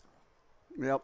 Obviously 4-down territory, but hopefully we don't have to have that 4th down. 3rd and 2 right now, 3rd and Mark. 2, football in Eagle territory down at the Cutter Morningstar 39. The Cobras are trailing 14-7. 9:48 to go in the 2nd quarter here from Fountain Lake Charter High School. 2 wide left, Harness and Harwood. 2 wide now, 3 wide to the right. He fans out the receivers. Cooper Buss does, the junior quarterback for Fountain Lake. He's going to call for the ball. He takes the snap, and he goes right up the middle, and he lays the smack down on the defender, says, move those chains. Tracy, I will never not love that play. The misdirection paid off beautifully for a 12-yard gain right up the gut. Well, Mark, we talked about this earlier. Once they empty the backfield, they take those other down linemen and spread them out, thinking that they're going to obviously pass. So that led to an open area right up the middle, like you were talking about. No linebacker, good for a 1st down, and we're at the 27-yard line and moving. Same formation. If it isn't broke, don't fix it. But this time it's a screen pass to Williams. Williams is going to turn on the Jets. Touchdown, Cobras. Have yourself a night, young man. 27 yards. Holy cow, your featured Cobra player in for 6. And man, oh man, was he scooting the sideline is your friend. We've seen it once before. Repeat, and, well, go ahead and wrench it and get ready for another one, Mark. I love Devin Williams so much. Of course, now he's out there to hold the PAT for Nate Jordan. He's not the biggest guy out there on the field. He does not have to be. Here's the snap, the hold, the kick is up. Nate Jordan's going to tie this game 14-all. 9:01 to go. Let's take a break. We're back in just a moment right here on the Battle of the Gorge on 92.9 at KVRE. Tie ball game, Battle of the Gorge, Fountain Lake back on the board thanks to Cooper Buss and Devin Williams. It's 27-yard touchdown pass. Tippy-toe lemon tree right down the line. And Nate Jordan looking pretty fine out there in the PAT land. 2 kicks through. We're all knotted up at 14. Anybody's ball game here in the season opener. Year number 16 beyond the microphone for Tracy Simpson and myself, Mark Oliver. Don't forget River Oliver coming up at halftime, as well as our first Fountain Lake 50th anniversary interview. We have so much planned for you this evening and this season. Mark, I'm curious to see the stats, too, at halftime and see exactly what they have. I know the penalties have played a big part of it, but sure enough, this is about an even Steven game right now. And it really is. Not only on the scoreboard.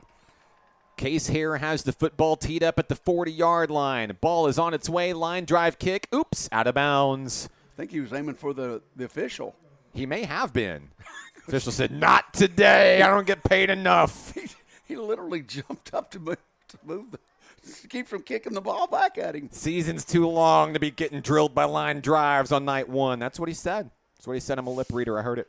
9:01 to play here in the second quarter. The Eagles are going to take over. Now, Jacob Smith, after being knocked around a little bit early in this one, able to come back on that last drive, and he and that 1-2-3 punch really with Del Rio and Stegall have been pretty impressive so far tonight, to say the least. No doubt about it. Here they come with that down set. They got a full linebacker. From the 35-yard line, handoff fullback Stegall. Stegall is up the middle, and he'll get a gain of 2 on the play, bringing up 2nd down and 8. A whole host of Cobras, but boy, what a night defensively. Jaden Irwin, man, back. He's back, and that was impressive right there. Obviously, that cramp didn't affect him too much, but that was a big-time tackle. Now, they overloaded their offensive line, Mark. They came in with 2 tight ends instead of the spread offense, and we were able to defend that pretty well. Now they're back to their spread. Ball to the 37-yard line. Eagles moving right to left on your radio dial. 2nd and 8. Smith, the snap, steps back, makes a throw across the middle. It's caught. Picked up once again by a Hollingsworth. And the defense is there. 5 guys on 1. And, well, the 5 win every time. It is a positive gain, though. Looks like the ball is going to get out to around the 42. They'll bring it down to the 43-yard line here. That's a nice gain of 6. Hey, another one with Nate Jordan and of course, on the bottom, Irwin right there, and a host of other Cobras. Great gang tackling. If anything, we've seen Mark Knight, everybody going to the ball on defense. Huge 3rd down right here. Jacob Smith through the air, 7 of 9, 56 yards, 3rd and 2. Ball at the Eagle, 43. He turned up forward. He can't do that. Yeah, and there's going to be a false start. It's a false start flag against the offense. And motion, yep. We've seen a lot of those tonight out of Cutter Morning Star. Yeah, number 6, obviously, he's going to learn that once you go in motion, you've got to run parallel with the line of scrimmage. Once you shift those shoulder pads, if you show more than 30 degrees, then that means, you're in motion, and that definitely is a penalty. That's a big game changer right there. It's a momentum killer, if anything. 3rd down and 2. Smith's going to take the snap, roll to the right, and pressure's coming. Smith hit as he throws. He throws it into the turf. It's going to be an incomplete pass, bringing up 4th down. Mark, that was something special. I'm going to tell you what, he is – I don't know how he gets out of those tackles. That's got to be driving the defense he's crazy. Slippery. Man, oh, man, I tell you what. He's flying like an eagle all over I know, that was there. But anyway. I love puns. I had to use that one. I love it. But 4th down, let's see what happens here. If they go for it and don't make it, we're in great field position. But we've seen them pull off that 4th and 17 earlier. Official timeout. Official timeout. It's got to adjust the shoestrings. Absolutely. Absolutely. Yeah, that's all right, man. We wanted even Steven. We wanted it fair. This has been a really fun game so far tonight. Tie ball game, 14 all, 7:27 to go in the second. Trying to draw him. Smith trying to draw the Cobras offsides, and Tracy, it is still not happening. This is the quick punt. This is going to be the punt, isn't it? Yep. It's going to be the quick punt. Yep. Here's the punt, and no one was back to return for the Cobras. Get on number 3. Get on number 3. Stop it. They're just going to fall on top of it. That's a good play. Tracy, like I said, this is the special teams philosophy. They're not worried about a return. They're not worried about trying to bring it to the house. They just want to protect the football. Good common sense right there for a sophomore, Jalen Johnson right there.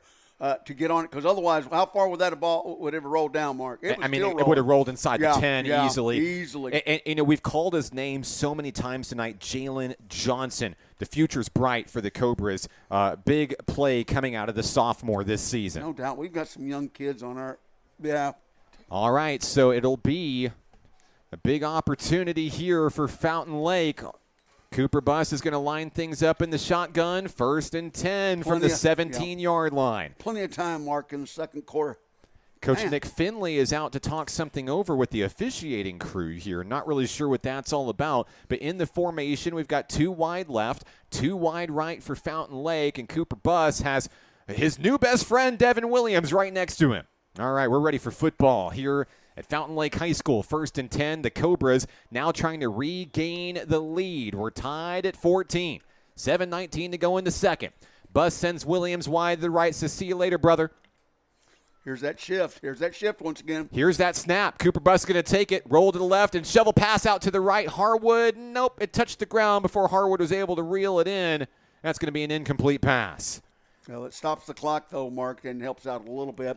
But, they're coming on that blitz every time right now. Once they see him in the backfield, naked backfield, so to speak, they're coming with the blitz because they believe that they can get him on the edge. And right there, they put the pressure on him. That's why he wasn't able to deliver the pass. Cooper Bus, 7 of 11 through the air tonight. Here's the snap. He's going to roll to the right-hand side, finds a man, Devin Williams on the dump pass. Williams shifts past a couple of Eagle defenders, finally brought down out around the 27-yard line. Should be good for a 10-yard gain and a first down. We'll see. That's close. Are they going to give it to him, Mark? I think they are. They got it. They got it, Mark. Yeah, I think they are. So that's a big one there for Devin Williams, pickup of 10.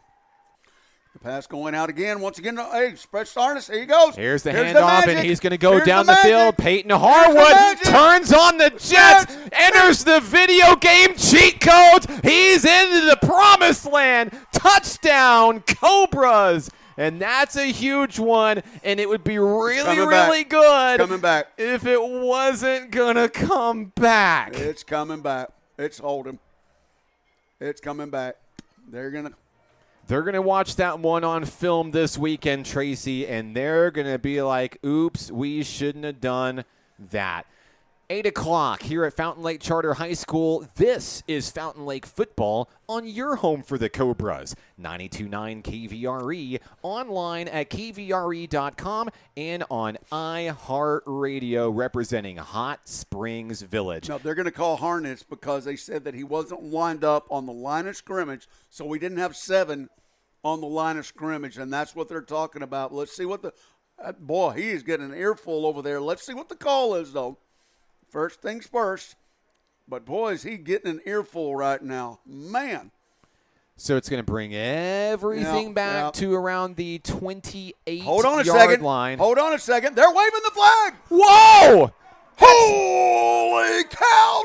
Touchdown! So they're going to call it a touchdown. Wow! The delayed. Holy cow, Mark. Does he count? What a play, and Harwood's going to go out there. It's a late celebration, but it is still just as good if you ask me. 72 yards. Harwood does it again. The Cobras retake the lead. My, Mark. Excitement. And we just said, hey, they could do it in a blink of an eye. Boy, it didn't even take that much. Oh.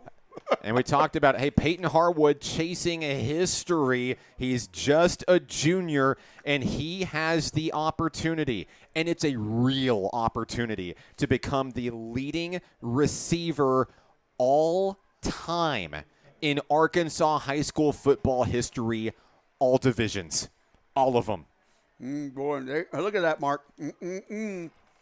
Finley he is fit to be tied. Not too bad for Harwood tonight. 3 receptions, 110 yards, 2 scores. Back at it, Mark. Well, they're waiting on it right now to see exactly where they're going with this one. Well, Fountain Lake's going to attempt the PAT here. Devin Williams is going to hold. Nate Jordan's going to kick. They're going to try to make this a 7-point ball game once again. Here's the hold, the kick, and it is up and it's on its way. And, hey, Nate Jordan looks pretty good from down there on the field. 3 for 3? He's 3 for 3. What? That's right. That's right. Can't spell Jordan without P-A-T. What was it? It's been a while since I've been in high school, but I'm pretty sure it's something like that. Mrs. Thompson's going to text me here in a minute. 21-14, Fountain Lake. We'll stay right here. 6:31 to go in the first half. The Cobras regain the lead. And, I mean, really awesome fashion. 72 yards first. It wasn't a touchdown. Then it was. Peyton Harwood says, yeah, I knew the entire time. I think that was my first delayed holy cow in 100 years. Hey, we want to thank Big Red Realty, one of our new sponsors. They've provided real estate services in Hot Springs Village since 1978 and is the oldest real estate company in the village. Proud member of the community, providing unparalleled service and southern hospitality. You can give them a call, 501-623-7905, located up Highway 7. It's Big Red Realty.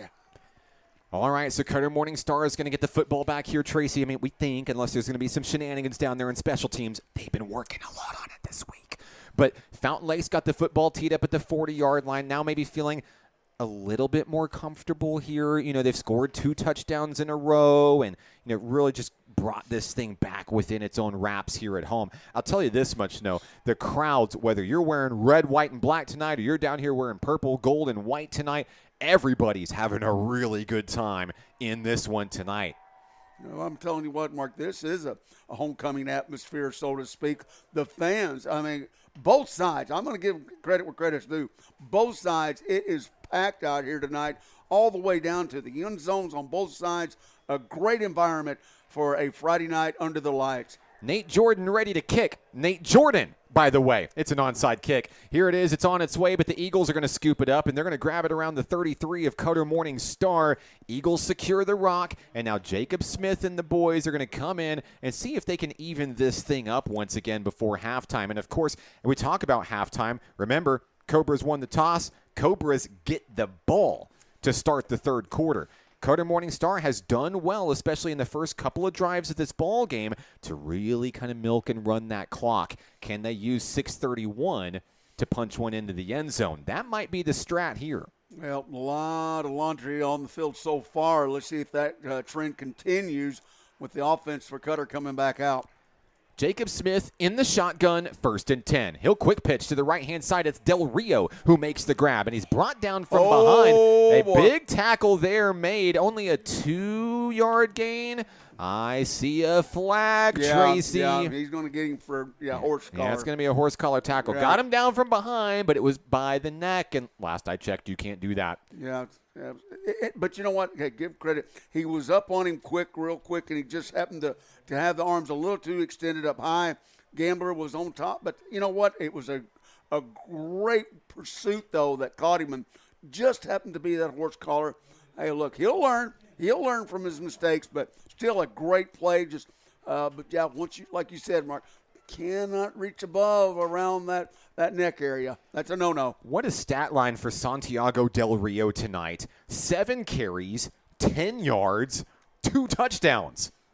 He's the only one to score for Cutter Morning Star tonight. In the shotgun, now on 1st and 10. They're in Cobra country at the 49-yard line. Smith, the snap. Handoff to the fullback, Stegall. He rushes to the left, and he brings a lot of Cobras with him as he trugs forward for a positive gain of just 1. I'm going to tell you what, who made that play in the backfield, though, Mark? That was Anderson Davis. I'm going to tell you right now, he was Coach D's guy to be just, happy with that, because he's the one that made the play. It would have went for a lot more if Anderson hadn't made the play in the backfield. He didn't make the tackle, but he pushed him back in towards the other defenders, and that's something that a lot of kids, you got to learn to do that. Gotta love those Davises here at Fountain Lake. 5:30 and counting here in the first half. Low snap. Smith's going to throw on the run and incomplete. Yep, no doubt. Good job by Aiden Alt to provide the pressure. It was Kingston Hollingsworth who was the intended target. He just came up empty. Mark, if that ball had been on time, Alt would have been going the other way. I'm telling you. I would have missed him. He spied that out perfectly, and that's why he was able to get on the ball so quick. Hey, look. I'm telling you right now, he has a nose for the ball. And you talk about several of these players out here growing up in Fountain Lake, had either other siblings or cousins and stuff playing here, and you can tell the football sense with all of them. Especially with Aiden Alt. sophomore season marred by injury last year. Really feels like a coming out party for him tonight. Here's the blitz with Third the and screen. 9, and the pass up the middle, intended for Del Rio. Nate Jordan says, not in my house. Another incomplete pass. 3 in a row for Jacob Smith, and I'm looking down at the dial-it-down. That's a 4. 4th and 9. Mark, that was actually a really good play set up by Cutter.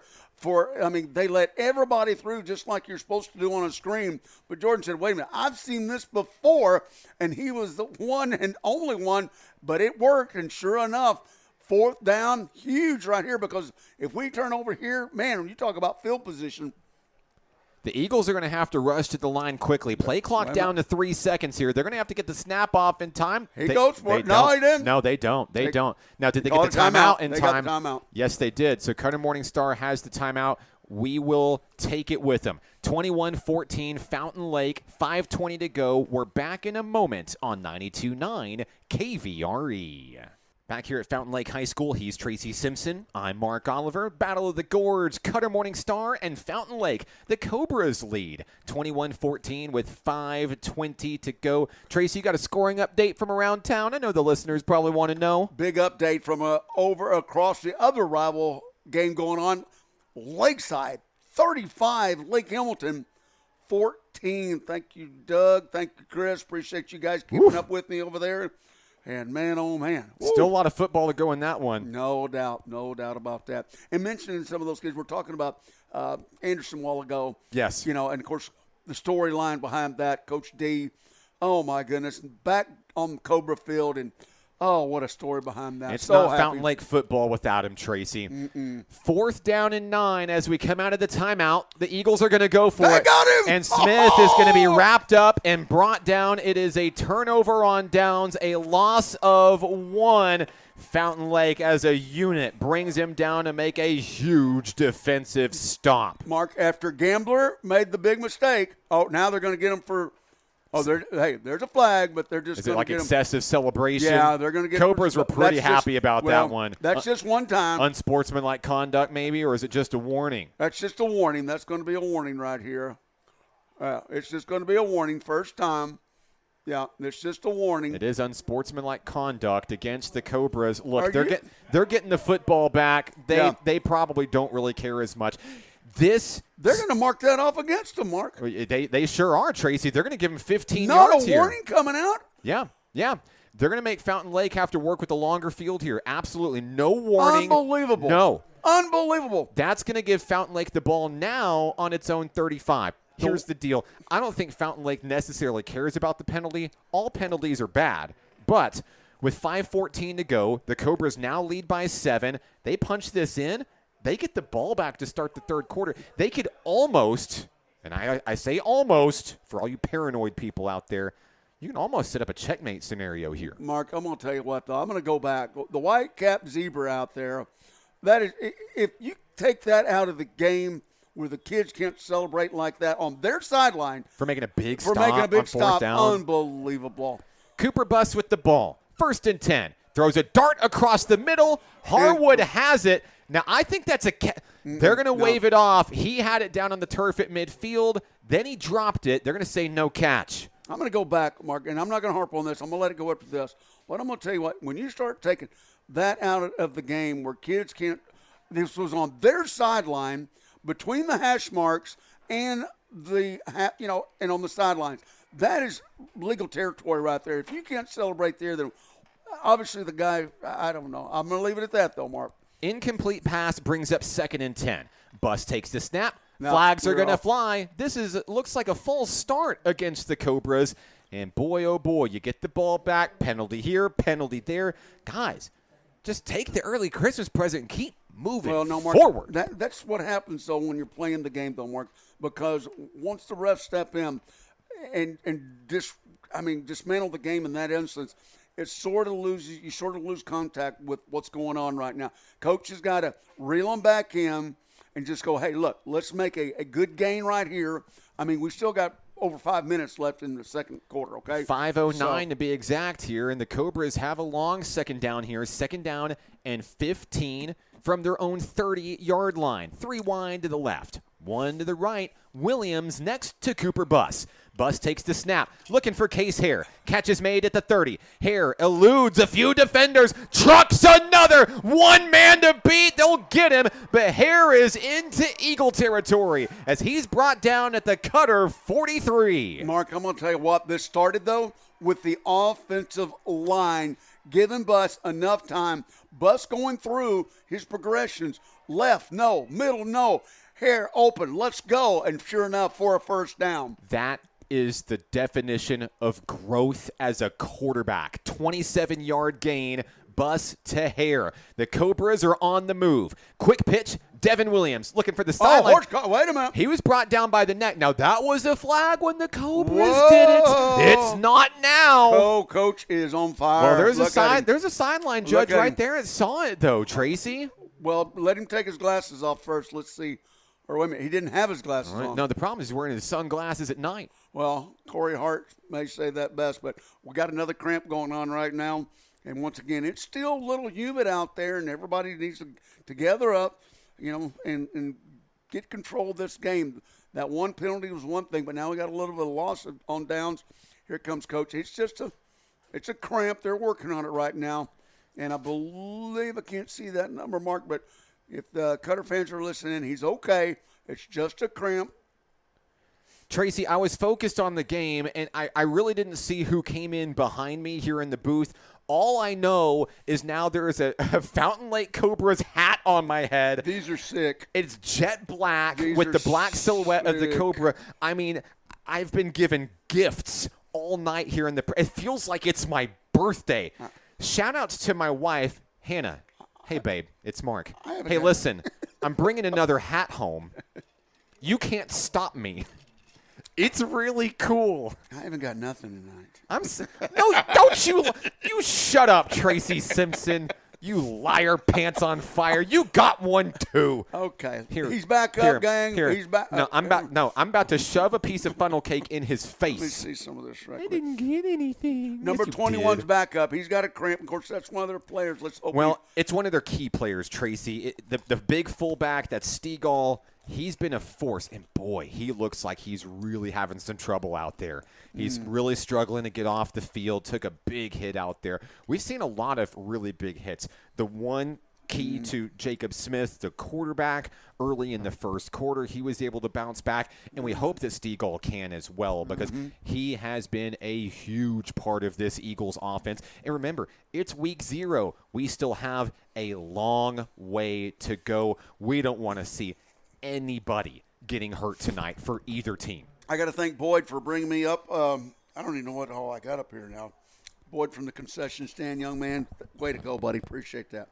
We resume play, 2nd and 13 at the Eagle 46. Cobra football. Buss takes the snap across the middle to Harwood. Guess who? Harwood stopped in his tracks at the 30. It's a gain of 16 for Peyton Harwood. We'd like to see him march on down, though, and somehow take some time off the clock. We don't want this Eagle offense back on the field. And at the same time, eating the clock, let's get 6 points on there and get some more first downs. Not sure the Cobras are listening, Tracy. I see 5 wide. 1st and 10. Quick pitch, left-hand side. Flags are going to fly. The pickup was made by Harwood, but it's not going to go in stats. Whoa, wait a second. A Cobra.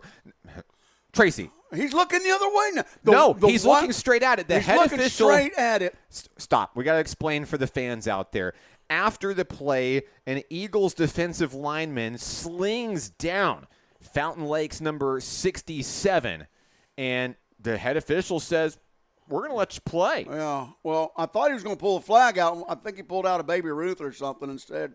He's not waiting until zigged halftime. when he should have zagged. Yeah. Wrong pocket. Happens to me all the time. I get it. Now, hey, They called. Yeah, they're. Wait a minute, they're going to call something else. Double flags. Hold on a second. They're going to call illegal procedure lined up. No, it's a penalty against Cutter Morning Star. But it's just 5 yards. It's only a 5-yarder. Yeah, that's weird. They were offsides over there on the far side. Yeah, you can sling a dude down, though, after the play, though. Welcome to 2025. Mark.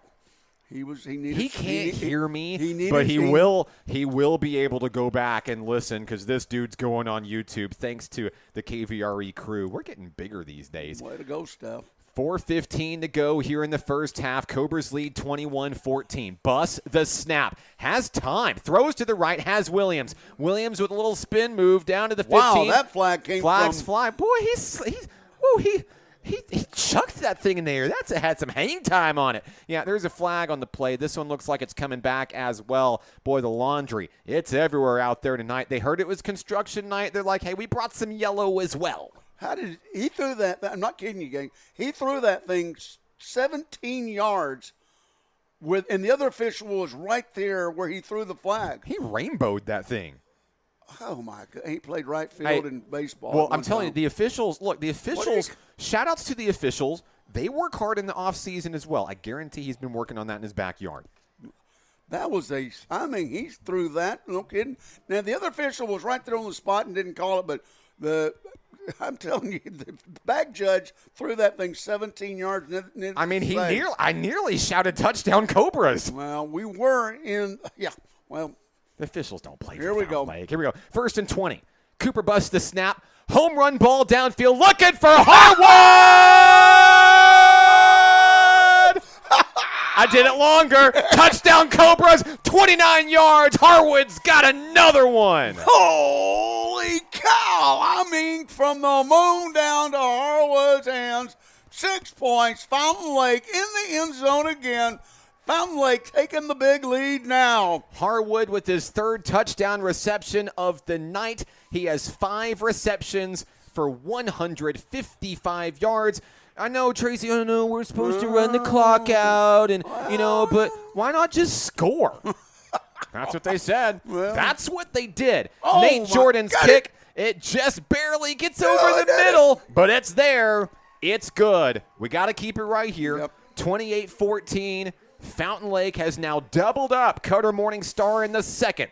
3:45 to go. Well, Mark, I was hoping they'd run the clock a little bit more so we could get down to the red zone for a change for Big Red Realty. But, hey, they provide the real estate, but Fountain Lake provides the touchdowns. So good stuff going on there. A lot of things going on around the area. My goodness gracious. That right there alone, they're starting to make the connection again. But you're seeing not only what Harwood, but you're seeing with Hare, you're seeing the running by Williams. But here's the big one, Mark, and I'm going to harp on this. The line is they're working together. I mean, they're allowing all this to happen. They're giving him time, Mark, and that's something he didn't have last year. Hey, I'll be the first to admit, I'm not giving the line enough credit tonight. But, I mean, you look at Cooper Buss's stats out here. He's got 4 touchdowns through the air. He's already out to 245 yards passing in the first half. Well, I'm going to tell you what. Steph says she's ready to download it for the rest of the world to hear after tonight. Oh, yeah, we're recording it. We're getting this rolling. Oh, yeah. Call Sully. Get him on speed dial. Yep. Here we go. Now, here's a diversification here, Mark. Earlier, we saw Hare get out there and kick it. Now, then we saw the Pooch kick the third time, Let's see what they do here. Who's setting it up now, Mark? I believe you're going to have Collins back out. No, who are you going to have out there? Jordan. It's Nate Jordan. No, Jordan, okay. Well, Nate Jordan. He does it all. What we saw before is that it's more of like – it's not necessarily a true onside kick. It's more of a squib kick, pooch kick up the middle.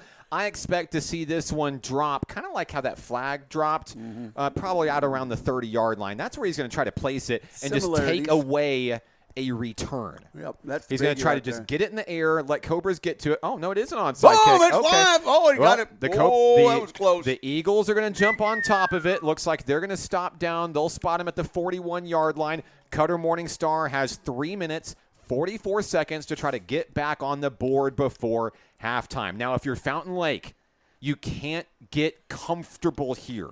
2-score lead. We've seen Cutter Morning Star pull 2 scores out of thin air in this ball game. Yeah. So far, though, we've seen the defense sort of shape up a little bit, starting to get control of the line of scrimmage, too, where we saw Smith earlier making those runs up and down. They're sort of boxing him in now, using that forefront with 2 linebackers. Jacob Smith in the shotgun, 1st and 10, Eagles. No Try to draw the Cobras off. Still hasn't happened yet. And now they're going to swap Switch a couple over. of D There we go. linemen for the Cobras. I love that move here. Smith has the time ticking down on the play clock. He'll take the snap and a quick pitch to the right-hand side. Catch and Nobody over run. there. Eagles on the move. It's Hollingsworth. He's going to pick down the first down into Cobra country. He's going to pick up 11, move the chains. Mark, hold on. I don't like the way that was a good tackle, but I'm going to tell you what. Oh, I think his leg went underneath him. Oh, no, Yeah, Tracy, yeah, you're right. Yeah, I'm almost positive his right leg. Hollingsworth went down awkwardly on the play, and that's tough. Hollingsworth's been the leading receiver for Cutter Morningstar tonight. Oh, that is a tough injury there. Do not like anybody to be down like that. We've seen a couple tonight already, and sure enough, number 21 who was just running the ball all night long, Honeycutt, and now this young man. I've seen stresses like this before. It didn't go to the knee. It was simply his leg getting back up underneath him. And let's hope he comes back up. Big score across town, Mark. I'm telling you right now.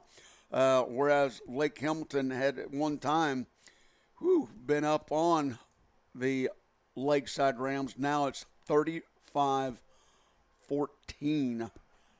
Rams trying to make it 3 in a row. Also over the boy, and what a rivalry! That rivalry, and even this one as well. So good for Garland County. I know the Salt Bowl is being played. He's up. Oh, that's such good news to see. Hollingsworth is up, and he's going to be helped over to the sideline here. Yeah. That is great news to see. But that's the second, what I would call somewhat major injury that we've seen during the second quarter. I'm also looking across the way at the Eagles sideline where that fullback Stegall, he's not back in the game yet, but I can see him up. I can see him walking around. That's a lot better than it was just a few minutes ago. So let's hope the best for that young man. Still got a long season to go. As it is, they did get a first down. That brings it all the way to the 48 of Fountain Lake. So Cutter on the march like you were talking about, Mark. We don't need to get just, too easy right now. Eagles are down, but they're certainly not out. 1st and 10, Cobra 48. Here's the handoff, and it's Del Rio. Santiago Del Rio right up the middle. Give him what looks to be 9 down to the 39. Well, a good run right up the middle, and that's where they've mainly been making most of these rush yards is right up the middle because we were – with the defensive line, they were trying to box in, so to speak, and coming out of the D gap, which is the outside between the tackle and the tight end. That's Del Rio's longest rush of the night. Brings up 2nd and 1. Quick pitch, left-hand side, and a misconnection as Smith is unable to find Jackson McClone. Yep, and he was open, but the pressure from the D-line made the difference right there. He had to get it out real quick. Otherwise, that might have been a completion. But now we've got a 3rd and short, and we're going to see what's the official doing now. He doesn't know where to spot the ball. Well, Tracy, it is the first game of the season, and everybody makes mistakes. Well, and everybody has those days. Yeah, this is the evening, Mark. He's out of days. It is pretty dark.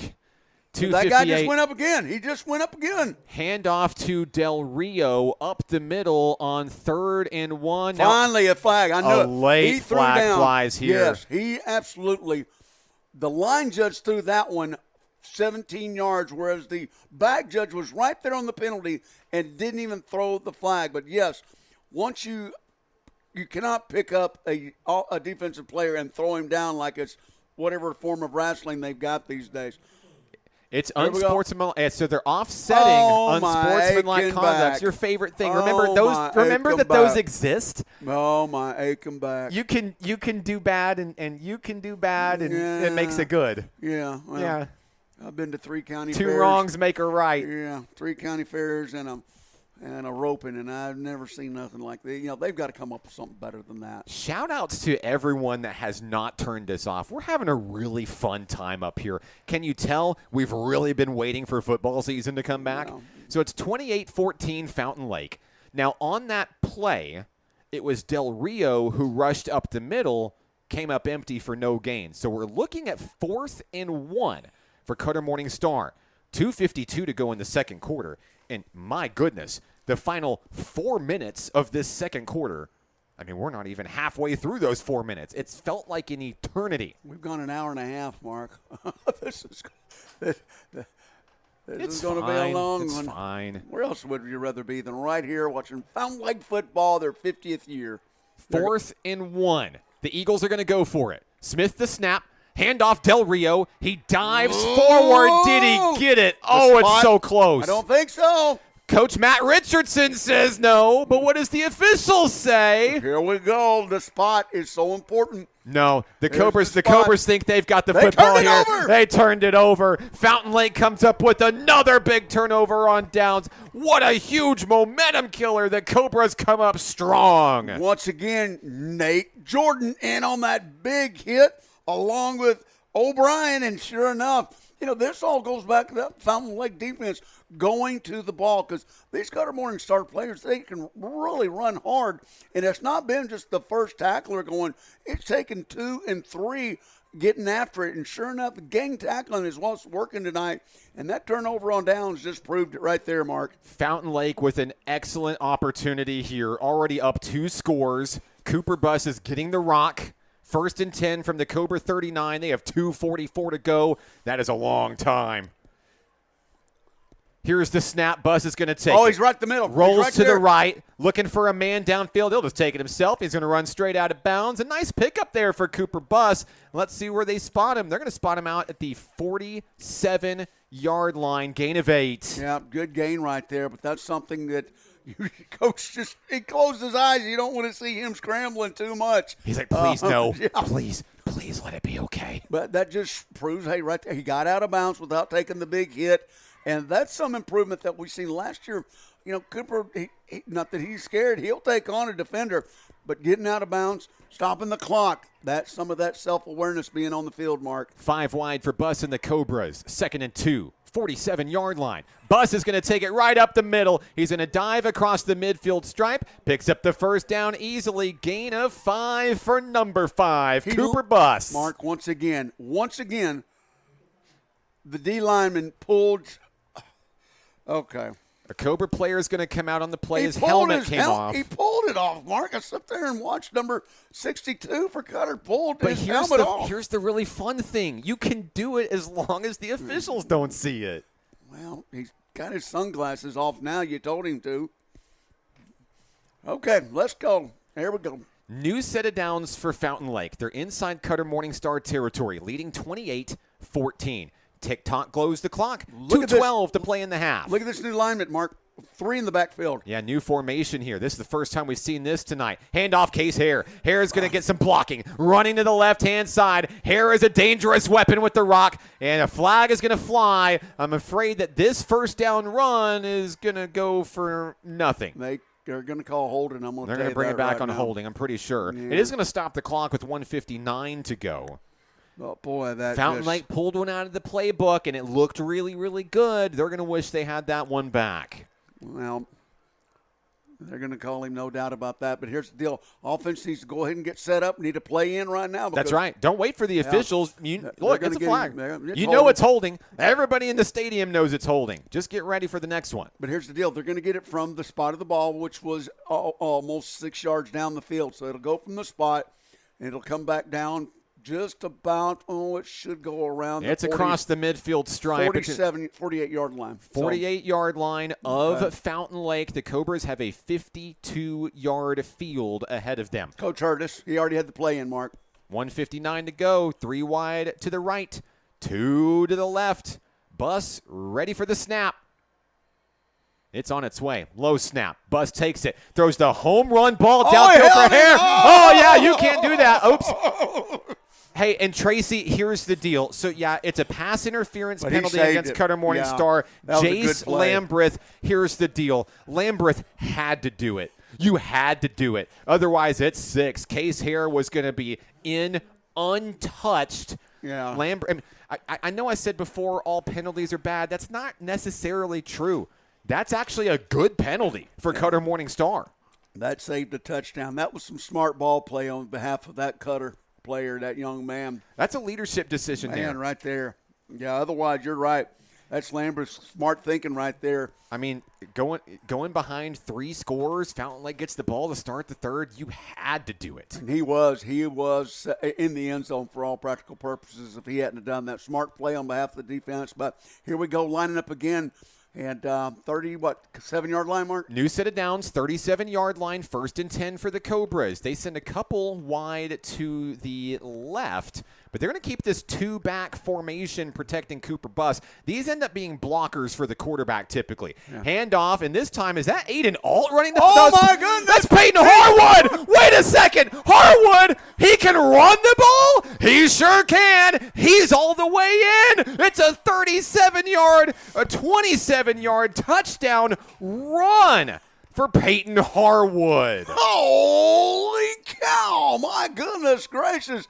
You saw it once he broke the line of scrimmage, hit the Jets. Nobody was going to touch him. And sure enough, another 6 points on the scoreboard for Harwood and the Cobras. Harwood's having himself a night here tonight, Tracy. That is his 4th touchdown, 3 in the air, 1 on the ground. Nate Jordan is also having him a night. It's another PAT, 35-14. We got to keep it right here. We're saving that break for a reason, Tracy. That's all I can say. John, we want to thank you back in the studio. You're doing a fantabulous job. We appreciate it. Alice has put a great show together for us, and things are working out perfect. And the team at KVRE wants to thank all of our sponsors and, of course, everybody out there listening in.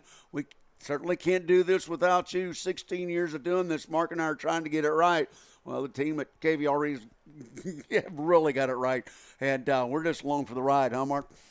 Boy, Tracy, I feel terrible. I botched that touchdown call. I was like, wait a second. That's Harwood running the ball. Yeah, man, I'll tell you what, new formations like we talked about earlier, 37 yards on the sprint, and sure enough, once he broke the line of scrimmage, there was no doubt. I mean, he wanted it all, and sure enough, he got it. A couple of key blocks, I'll be honest with you. Oh, yes. You're right. Here was right there yes. once he come in, and I'm going to tell you another key block was Preston Harness, who came over and laid the outside linebacker. All he did, now you can't do that legally, come across and cross-block him, can't. All he did was come up and nudge him just with his shoulder. It was just enough for him to get by. One of those smart plays, once again, by an offensive player. So here we go, Mark. Let's see. Well, the who's Eagles back? Jordan kicking again? Yeah, this is going to be Nate Jordan here. Look, the Eagles have their back against the wall here. Boy, how momentum has changed in this ball game. 1:47 to go in the first half. Yes, it is still the second quarter. Mark, if you recall, it was 14-7 the Eagles at one time. Looks like it's going to be Nate Jordan now kicking from the 40-yard line. Kick is on its way. It's an onside kick. Eagles are going to grab it. Falling down to the turf is Del Rio at the 41. Cutter Morning Star will have another try here. That Del Rio is everywhere. Goodness gracious, what he a ball is player. Quite the athlete as what well. What a ball player. I've been really impressed with Del everywhere. Rio tonight for Cutter. He is a senior. And, boy, what a great offensive output we've seen out of number 7 tonight for the Eagles. Offense, defense. He's over here playing cornerback. Man, quite the player. And he's also now playing wide receiver. Cutter's going to have to start taking some chances here. 5 wide for Smith. He'll take the snap. Smith gets a block, and now he's in trouble. Breaks a tackle from Jordan. Home run ball. He's hit as he throws. That one's into the stands. Goodness gracious. Incomplete pass, and a great job, Michael O'Brien, with the disruption. Top of the morning to you, or the evening, says O'Brien. He's ready for it. Are you entertained? Hey, what do you think, Coach? Are we doing okay right now? Are you entertained? Coach, there's still a minute and 36 seconds left. Where are you going? They're going to halftime early. Oh, my goodness. Coach MacArthur right there. We love Coach MacArthur. His D is doing some definitely some tackling tonight. 2nd down and 10 after the incompletion. Smith's going to take the snap. Pressure's coming. And Nate Jordan's going to sack the quarterback. Nate Jordan comes in. What a night. A huge loss down to the 34-yard line. He's going to lose 8. Timeout, Fountain Lake. Yes, no doubt. No doubt. And why not? And why not? I mean, if you think about it, Mark, we scored a while ago with less than 35 seconds. I mean, yeah, it was less than 15 seconds, really. Okay, all right. My clock a little different tonight. I'm not looking at it no more. Fountain Lake, here's the deal, Tracy. You see it, I see it. Coach Richardson knows this.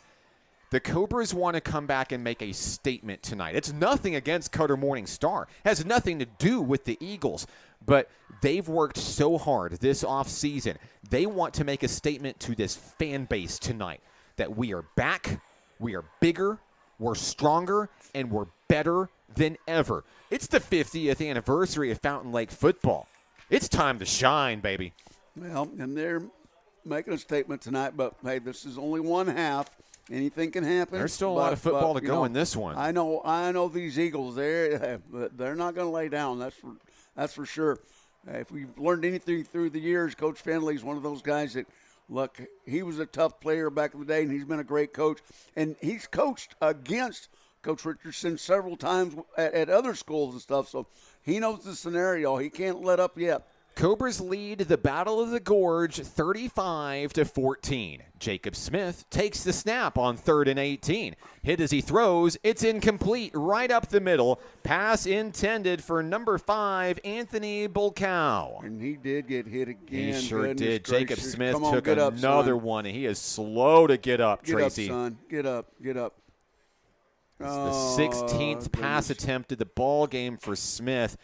Tracy, he looks like he's down for the count. Well, and I'm going to tell you it was a legal hit, but what was happening was on the outside running in at that time, Nate Jordan was going one way, and then O'Brien was coming the other, and they literally sandwiched him, causing his helmet to come off. And 9 times out of 10, this is just knocks the breath out of him is what it is. Yes. And so he's rolled over now. Yeah, it's knocked the breath. He's up. I've seen this happen too many times. Boy, that's such good news. Yeah, I've seen this happen too many times. They sandwiched him and knocked the breath out of him. He's up now. He's going to be all right, everybody. Everybody take a deep breath over in Cutter territory. He's going to be all right. Quarterback is back up. Hey, we've seen this happen already once in this ball game tonight, and Smith goes out for a spell. Del Rio will come in as the quarterback and give Smith the time that he needs. Great to have that depth. Yeah. Absolutely, especially at this level of football. Great to have that depth, no doubt about it. 1:22 to go in the second quarter here at Fountain Lake Charter High School. Cobras lead at 35-14. Cutter's going to call another timeout here and buy themselves a little bit more time to get their offense ready here. Well, 4th down and 18 coming up from the 34-yard line. Mark, a resurrection, so to speak. You've seen this Fountain Lake team. We've called when we've had 18 players on the field, of course, and now we're back to where we're 48 strong, and that just goes to show what Coach Richardson and his staff have done, not only for the school but for the community and for these Fountain Lake players. It's a trust thing, and everybody wanting to come back out and show, hey, look, Fountain Lake, they've seen it for 50 years now. They know what it's all about. And they're back and doing what they're supposed to be doing and being part of the community. We've seen them out and about everywhere. And we can't thank Coach Richardson and his staff doing what they're doing right now. But that's the big – I know we got a whole season left to go. But as it is right now, you got to love what we're seeing from Fountain Lake right now with the representation from all the kids that have come out to play on Saturdays. The Pee Wee squads that are out are full everywhere. And, of course – our fans have never given up. Look, there's not a place to sit, and even back towards the end zone with the concession stand. Look at everything, Mark. This is a really, really great showing for the Fountain Lake community. And the tailgate coming into the game today. Man. I mean, what an atmosphere. We're back and ready for football. Uh-oh. On 4th down and 18, the Eagles are going to just punt it away. Punt is up, away, on its way, and it'll be down around the 27-yard line. Wait a second. Did the Eagles touch it? Yeah, they downed it. They downed it. They downed it right there. Nate Jordan said, just in case, I'm going to go run it into the end zone. No, why was he Hey, I running want to that give a way? big shout-out, Tracy, to Fountain Lake's junior high football team. Right. What a performance last night. A dominating win for the squad. Yep. football Friday nights are really set up. They really begin the night before on Thursday night. It's the pre-show. It's the opener for the main act. Yep. Junior high came with some unfinished business. They put on a show last night. Congrats to the guys. Even with the weather the way it was. You got to love that, man. I'll tell you what, there's nothing like it playing.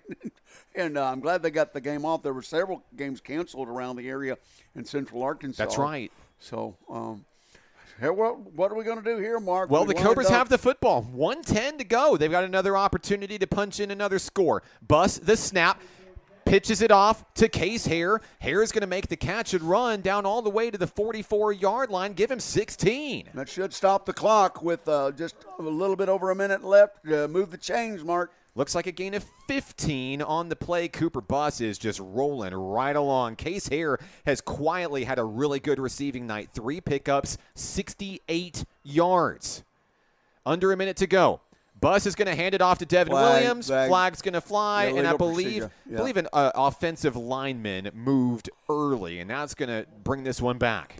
Yeah, just a little too much anticipation there. But hey, look, you gotta love him. I mean, getting after it. Yep. I mean, no doubt about it. All right, so 49.3 seconds left before halftime. Cobra football leading 35-14. And now the clock will roll. 45 seconds to go. The Cobras fan out 4 wide on the play. Devin Williams is the running back. Cooper Bus is the quarterback. On 1st and 15. We've seen this slot before. The snap. We've seen that the slot pitch, before. Down the middle. We've seen it Harwood before. makes the grab for the first down. A great pickup for Harwood. Yeah, we've seen that. When he gets in that slot, there's 2 things that's going to happen. He's either going to veer towards the post or he's going to go absolutely for that flag. And 9 times out of 10, the defender makes the wrong move. Timeout for Fountain Lake crossing midfield. Gain of 16. Cooper Bus to Peyton Harwood. We got a lot of numbers to crunch at halftime, but I'm going to give you a sneak peek here. Cooper Bus is nearly to 300 yards passing in the first half. Peyton Harwood is nearly to 200 receiving yards in the first half. Mark, you're the numbers guy. I can't wait to hear you crunching them. I can already Look, I can hear him right now already going. Harwood chasing history. He might break it before the end of his junior season. Well, right now, let's see if we can just break off one right now for about 46 yards. That would be nice. That's what the Cobras need to light up the scoreboard one more time. 32.6 seconds to go. Coming out of the Cobra timeout, there's no timeouts left for either squad. Bus in the gun, 5 wide. Here's the snap. Quick pitch, left-hand side, and Another a flag flies. This one's brought down or called dead immediately. It was a pitch and catch by Harwood. He had room to run and decided, you know what? It's coming back. We're just going to let it go. Well, I'm telling you what. More penalties, Tracy. This has been the 4th time that they, for some reason, now the outside receiver obviously looks at the line judge and gets the correction on whether he's ahead of the line That's or correct. back of the line. Every single snap. And he's not giving it to him on the far side. And he's calling it, before the play.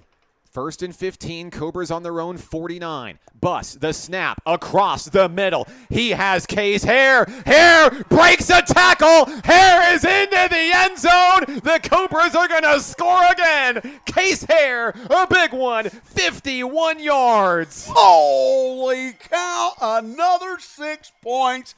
And Cobras are, in the end zone again for the 5th time. Mark, good.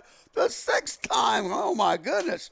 This is a crazy, fabulous Friday night under the lights. Who else? Nate Jordan out to attempt the PAT. Fountain Lake trying to make this a 4-score lead, a 28-point ball game with 22 seconds to go. Williams will hold. Here's the snap. The kick is up. And Nate Jordan cannot miss here in the first half. 42-14, all Fountain Lake in this one. John, we're trying to get to you as much as we can, but Mark keeps calling the offense back on the field. I'm not sure what he's doing over here, but whatever he's doing, keep it going because it's working right now, and all cylinders are firing well for Fountain Lake on offense and defense. A little sketchy at first when Yes. they took the lead 14-7. But obviously coming back and making it happen, utilizing the clock, utilizing the strategy that your interview with the coach this morning, what he said. Yeah. And would you have ever thought, now you're the numbers guy, here in a minute I've got to know how much they've had on the ground because they've obviously rushed the ball several times. But that I think that is what they're the key not to quite it. at 100 yards yet, but it's still the second quarter, right? They're well on track to break that century mark. Okay, all right. Well, Williams said he wanted just a minimum 50. He wanted if at you recall. least 50. He's still got a little ways to go. Okay, but he's made the difference. Obviously. But in a game like this, expect to see a lot of runs coming up in the latter half of this ball game. Maybe expect it. Doesn't mean you're going to get it. Well, no doubt about that. Fountain Lake's doing what feels right. All right, the Cobras are going to kick it off. We presume one more time. There's 22 seconds left, and there's been a lot of scoring in the past 2 minutes of this ball game. Nate Jordan, onside kick. Kick bounces, it's on its way, and Cutter does very, very well on recovering those. They'll get it at the 42, no time off the clock, and now there's a scrum down on the field. Oh, my goodness no. gracious. Just Fists stop. are flying, flags are flying. Just stop. And now they've broken it up very, very quickly. That hopefully mitigates the damage, but the officials have some things to talk about here. 53 got his feelings hurt, which, now he just threw his helmet. Son, don't do that. Do not. That helmet costs money. Don't throw that helmet on your sidelines like that. Don't do that. I can understand a lot of kids at this level, you wear your feelings on your sleeve, and he did get blocked pretty good. Coach Matt Richardson has given the purple and gold an earful right now. Yeah, there's Guys, no reason. look at the scoreboard. Well, what are you doing? Yeah, there's no reason to do that. That was a good hit, but still the ball was already down. And you need to realize, where you're at on the field. And it was good contact. There was no flag, but still at that point and level, when you're up this much, you don't need to take it out on somebody. And I know, hey, this is a physical game. Don't get me wrong, okay? It's that's what it's all about. It's, football at a high school level, which you want to get out there and you want to make some contact. You're tired of hitting your guys at practice all the time, but still at the same rate. Look, not that the game is out of hand, but at this point in time, you don't need to hit somebody like that once the ball's down. A dead ball, so to speak, on a kick like that. And I understand, 53 being distraught. But let's see what they're going to call here. Yeah, they're going to call a personal foul on Fountain Lake. And that's number 2 on Fountain Lake already. And last year, That's right. That was a problem for us. That was obviously a problem. And 2 already in this game. And, that's something that they're going to have to look into. It doesn't. Richardson, he won't put up with that. It doesn't do anything to quell the reputation. No. I had a chance to talk to a lot of Cutter Morningstar families and fans this week, and they're like, well, we're playing at Fountain Lake. Tough place to play. The calls are all over the place. There have been a lot of calls tonight. They're not wrong there, but it has been against both teams. Yeah, It looks like Fountain Lake's going to take that penalty. Cutter Morningstar is going to start at the Cobra 42-yard line with 1st and 10. 22 seconds to go here in the second quarter. Yeah, and anything can happen. But at this point in time, you want to keep your head level. You don't want to play that. Mark, look, this is very. Hey, look, Jacob Smith's back in. That's Jacob a good Smith sign right is there. back in, That's Tracy. That's a sign. good call out there. That's a good sign for everybody. Let's see what happens here. Smith on 1st and 10 is going to take the snap. Yeah, He's going to going kneel the in. football. That's a good Coach Finley. I don't I'm hate tipping that my at hat. all. I am tipping my hat to you, Coach Finley. That is right there is a good call from a coach that knows what's going on. I'm tipping my hat to him right now. You don't get any better than that. I'm going to tell you what, that right there proves what he's all about, and his young men over there that are trying their hearts out. The ball just didn't float their way right now, but I'm tipping my hat to Coach Finley right now. That will take us to halftime, where Fountain Lake leads Cutter Morningstar 42-14 in the Battle of the Gorge. Coming up at halftime, everyone's favorite 7-year-old River Oliver will join us for his halftime commentary. But first, when we come back, it'll be our first Fountain Lake 50th anniversary interview with our first special guest of the season. We will catch up with an old favorite, one of the best running backs to ever don the purple and gold, Captain Parker Ross of the United States Army joins us when we return on 92.9 KVRE. It's the 50th anniversary of Fountain Lake football, and all season long, we're catching up with old friends, former players, former coaches that made an impact beyond their time on the gridiron as well. This week, we're going to be joined by a Fountain Lake High School graduate, a two-time All-State selection, three-time All-Conference student athlete. He was Garland County Super Sophomore of the Year, and now he's a captain in the U.S. Army. Captain Parker Ross joins us on the show this week. Captain Ross, how's it going? Good to see you. It's good to see you, Mark. Happy to be here. Things are good. Recently relocated to Fort Hood, Texas. Getting ready to kind of kick things off with the Army.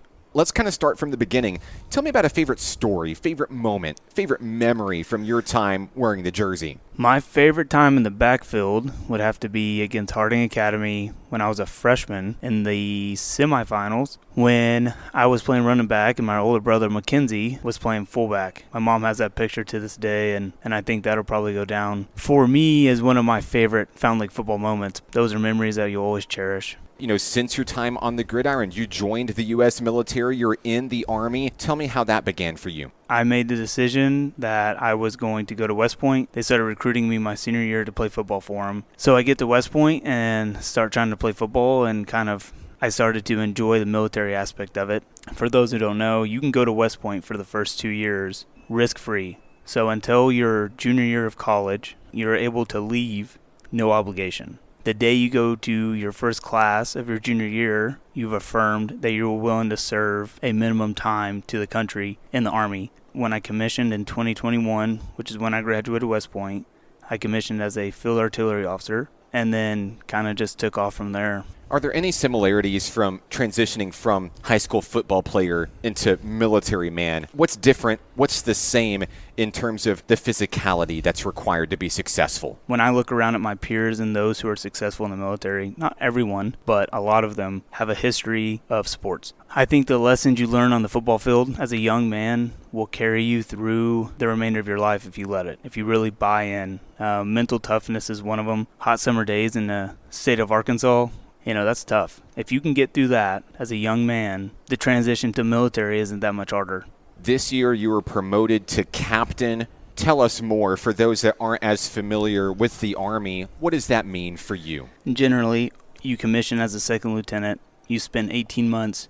That's kind of your trial run. You're learning the ropes. You're getting introduced into the military, and as an officer, kind of what you are supposed to be doing. After 18 months, you get promoted to first lieutenant, and your responsibility has increased a little bit. But generally, your boss or your supervisor is going to be a captain. So now, the role I will be entering, I'll have a group of lieutenants that I mentor and supervise, and then I'll have anywhere between 50 to 100 soldiers that I could be responsible for advising, creating a plan, and hopefully doing our job and getting everybody home safe. What's next for you? What are some of the goals that you have? I know your journey is far from over. My goal short term for the military is to take a command of a firing battery.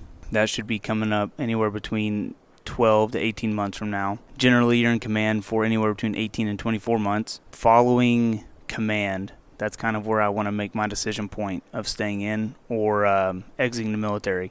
Here recently, actually, I've been thinking about potentially coaching football. It's always been my love. I kind of took a quick hiatus from it when I joined the rugby team at West Point, but football's always king in my heart. If there's an opportunity for that in the future, I would welcome it with open arms, but we still have a lot of decisions to make between now and then. You mentioned your brother, Big Mac, Mackenzie Ross. Of course, football runs in the blood of the family. Anybody that knows the Ross family knows that.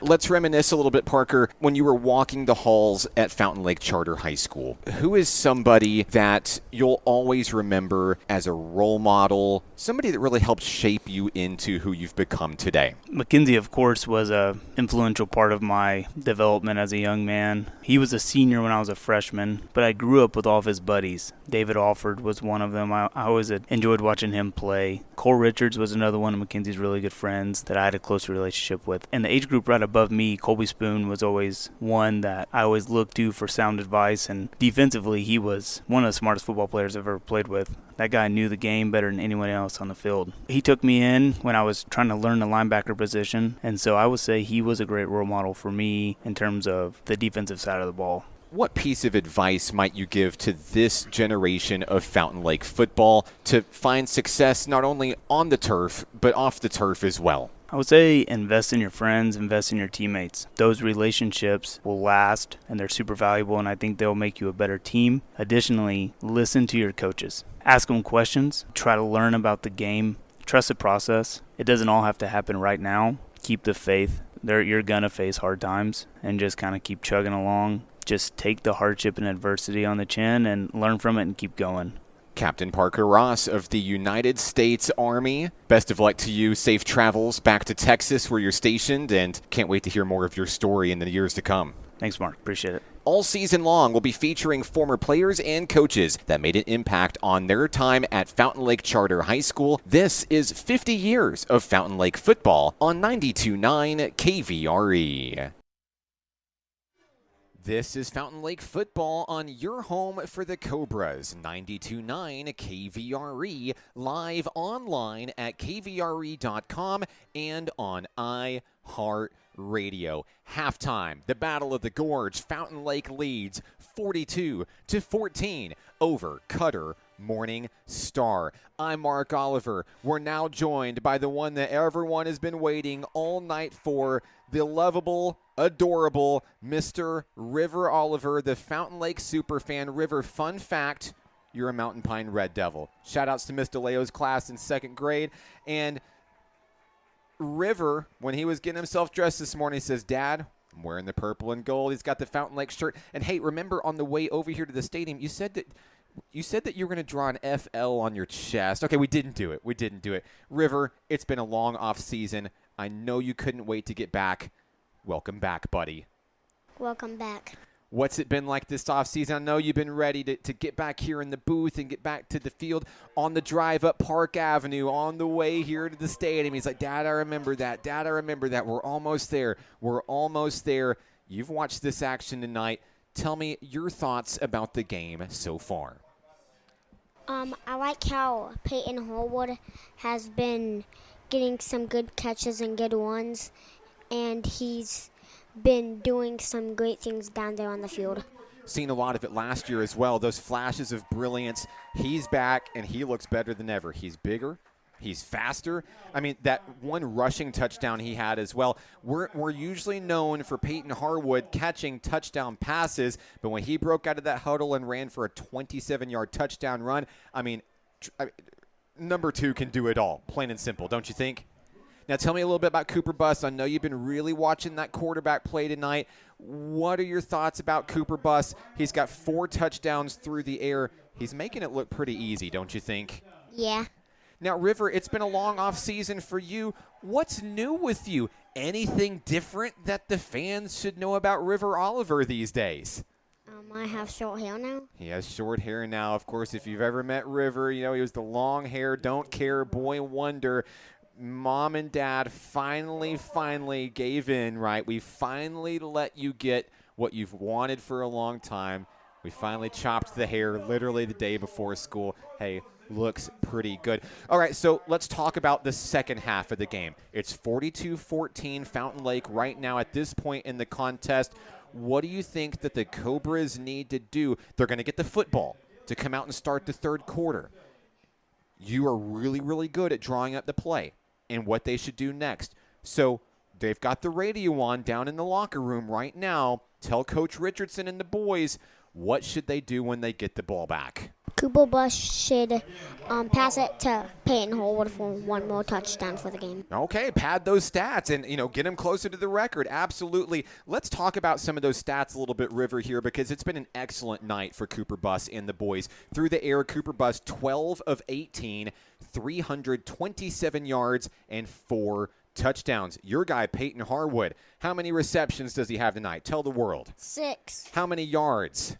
171. And how many touchdowns? 3 touchdowns. And whenever you combine that 27-yard touchdown run, he now has 4 touchdowns. And how many total yards tonight? 197. 198 total yards tonight. Case Harris had a really good night through the air, 4 pickups, 119 yards and a score. Devin Williams has 2 catches for 37 and a score. In the running game, it's led tonight by the quarterback Cooper Bus, 5 carries, 29 yards, and of course Peyton Harwood, the big touchdown. Now for the Cutter Morning Star Eagles, Jacob Smith through the air, 8 of 16, not too bad, 67 yards. Kingston Hollingsworth, the leading receiver, 4 grabs for 42, and Del Rio leading in the running game, 10 carries, 19 yards, and 2 touchdowns. River, who would you like to give a shout out to tonight? All of the fans and my family. All right, absolutely. River, love you, buddy. It's not Fountain Lake football without you. And fun fact, I know Dennis Simpson's out there. He's crunching the numbers right now. The fans love when River comes on. And don't worry, River is with us every Friday night this fall. You ready for the drive to Smackover next week? Sure. You want to know what's in Smackover? I guess. Not a lot. But I got some really funny stories for you on the road, on the way there. River, anything else you'd like to say before we head to the break? I hope the Cowboys win this game.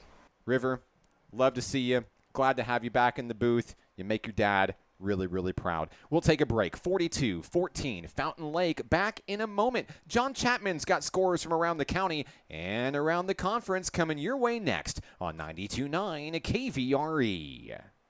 Well, I tell you what, it's been an exciting first half. Joining me right now on the gridiron, Superintendent. What do you think so far, my man? Man, I think our kids, we come out, played hard, tied up 14-14. I thought our kids responded well and started really getting in the flow of the game and getting things done. You've played this game for several years, and, of course, we talk about winning in the trenches, which is where you were.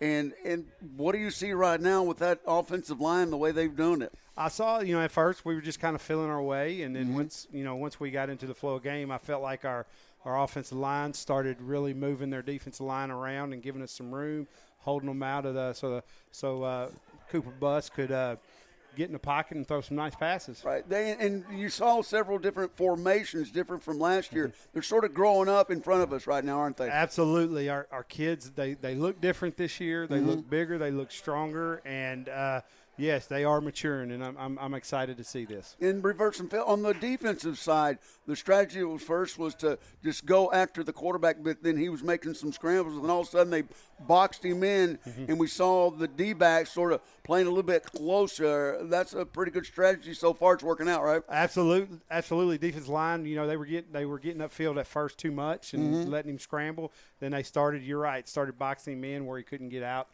loose contained. And, man, I think our kids are playing hard and they're doing things right now. A lot of excitement here, not only on the gridiron, but also around Fountain Lake community. I'm seeing a lot of dirt moving around here and stuff. Exciting times for Fountain Lake, isn't it? Oh, yes. I'm excited what's to come here at Fountain Lake. Like you said, we've done a lot of things around campus, and we're just excited to be here and looking to keep pushing things forward. All right, come join us again. Superintendent Darren Landry for the Fountain Lake Cobras. Appreciate you coming out, buddy, okay? All right, thank you. All right, my man. Yeah, he's played a few downs in his days, and I'm telling you what, right now, exciting times at Fountain Lake. The community's pulling through, and this is going to be an exciting second half. Of course, I know the score's a little lopsided, Mark, but as it is right now, them Cutter Eagles, they're not going to give up. No way. Yeah, you know that. Absolutely not, Tracy. The mission is simple. We're getting ready to start the third quarter here from Fountain Lake Charter High School. Fountain Lake's getting the football. They're going to move left to right on your radio dial. The mission is simple. Get in the end zone, let Nate Jordan kick a PAT, and let this clock roll. Yeah, absolutely, you're right. Here's the kickoff, and Fountain Lake's got one man back deep to return, and it's dropped down at the 10-yard line. The Cobras are going to pick it up and try to make a return out of it. First return of the night, Tracy, out to the 17-yard line. It's actually a positive gain here. Fountain Lake opens up shop, and we talked about those stats in the first half. What a night, almost a career night for Cooper Bus and Peyton Harwood. The 1-2 punch, that quarterback, it starts with that quarterback, Coach Matt Richardson says, 327 yards through the air. Peyton Harwood nearly at 200 all-purpose yards tonight. They have been on fire. I'm going to be honest with you, Mark. I see, the same offense we got right now, but as the score is, we get another one, of course, the mercy rule. But I'm seeing Coach Richardson already starting with a similarity, getting some other players on the field. But right now, buses are ready to roll. On 1st and 10, low snap. Bus is going to take it himself on the quarterback keeper. He's got a running lane, and he's going to break a couple of tackles en route to a big pickup here. Give him 9 yards up the middle. We've seen that a lot out of Bus this year, and I don't know what it is. Maybe it just comes with age. Maybe it comes with experience, but we're seeing him take his time, go through those progressions, and make excellent decisions coming out of them. Mark, what I really like about it, too, though, is, of course, we saw him take on a couple of the defenders, but right then you saw him, the smartest play I've seen so far. And just go down. He went down. Exactly, man. It's a long season. Yeah, no doubt. And you're going to take your hits. Try to take as few as possible on week 0. All right, so they are going to give him a gain of 10. It is a new set of downs, 1st and 10. Football now out to the 28-yard line. Bus is going to get the ball off, and that was a good pickup for Devin Williams, who's going to add 12 to his total. First down, Cobras. Mark, you said exactly before the half ended, you said, look, we're probably going to get a good dose of some rushing yards, and I believe they're going to absolutely go over that century mark. But also, I think Williams is going to get that 50-plus. Well, that rushing total right now as a team is only at 77 rushing yards. But we just started the third quarter. The optimism is high. It's high. 1st and 10 now from the 40-yard line. Cobras on the move, left to right on your radio dial. Bus, the snap, has Case Hare wide open down the middle. And they're going to say, did they say, no, I don't think you got it, Hare. But he was right there wide open, right at the midfield line, the 50-yard stripe. He's going to drop it at 2nd and 10. Well, that was close, I'm telling you, though. But he was trying to get between two defenders. And if he'd have thrown that waist high, it might have been going the other way. So that was a smart throw by Bus and almost a great reception by Hare. 20th pass attempt of the evening for Cooper Bus. 10:40 to play in the third. The Cobras lead the Eagles 42-14. Here's the snap. Bus takes it. He's going to throw to the right. Case Hare was wide open again. This time he'll fall down at the 45-yard line. You take those yards any way you can get them. It's a gain of 5. And I'll be honest with you, some of those throws underneath and with the yak, no doubt. So that's what's been the significant difference tonight is, little dump passes here or there. And, of course, we've seen those outer screams to Williams. But, hey, look, they're going for a lot afterwards. That, that catch is one thing. But when you take off running afterwards, it's been a big difference. 3rd down and 5. The Cobras break the huddle and march to the line. 9 seconds on the play clock, 10 minutes on the game clock. We're in the third quarter. Bus is going to call for the ball. He'll take the snap and throws across the middle. And once again, Case Hare wide open, makes a catch. 5 Eagles try to bring him down. They finally do a big gain there for Case Hare into Eagle territory down to the 34. Wow. Case Hare running with authority after making those grabs tonight. Mark, we've talked about this a lot about them in the weight room, but absolutely seeing him make a difference from last year. I think he's put on about 15 pounds, and, of course, just always as quick as he is. But, man, running through those tackles right now and making a big difference. Hey, and Case Hare quietly, he may not have all the touchdown grabs tonight. He's got one really good one, though. 6 pickups, 145 yards. He's actually catching up with Peyton Harwood right now. Here's a handoff, Devin Williams. Like I said, he's trying to get 50 on that 50th year of Fountain Lake football. He doesn't get 50 this time, but he does get a good gain up the middle. Give him 7. Mark, and I've got to give you 8. Yeah, 8 right there. I got to give you big compliments. Great great interview with Parker Ross. Oh, And, absolutely. unbelievable, that young man. Oh, from the time coaching him in Pee Wee all the way up to now being, Captain Ross. Yes, sir. I'm sorry. I'm giving a salute right now. Y'all can't see it, but I did it. Yeah, a lot. I've had so much fun. We've recorded many interviews already this season. I've had so much fun catching up with old friends, old coaches. Here's a drawback and a pass up the middle. It was intended for Harwood down at the 15. It just went in and out of his hands. That's a rare drop for Peyton Harwood. Well, I'll be honest with you. Hunter Sanders came up and made a great play, though, for the Eagles. He hit him at exactly the same time the ball got in there. So I'm going to give that one a little bit edge to the Eagles right there. A great defensive play. And, you can't catch them all, Mark. Come on now. It is an incomplete pass, and it brings up 3rd down and 2. The football is at the 27-yard line of Cutter Morningstar. Have you seen your strike yet? I have not yet. Oh, and I'm not going to see it here either. I will see a handoff to Devin Williams, and I'm going to see Williams run into the end zone, baby. 27 yards, touchdown Cobras. Devin Williams lights up the night. Holy cow, your featured Cobra player once again making the big run. And sure enough, I know he's over 50 now, Mark. Oh, 6 more points. 8:38 to go, and this PAT could start the clock, the sportsmanship clock, here in the 3rd quarter. Nate Jordan has been great all night long. Here's the snap. Williams gets the kick off, and it's still – he missed it. Oh, man. It wasn't Jordan's fault. The snap was difficult to reel in. Williams still got it down, but Jordan with a lot of pressure there came up empty. This game is still within regulation. No sportsmanship clock now. We're going to keep it right here, 48-14.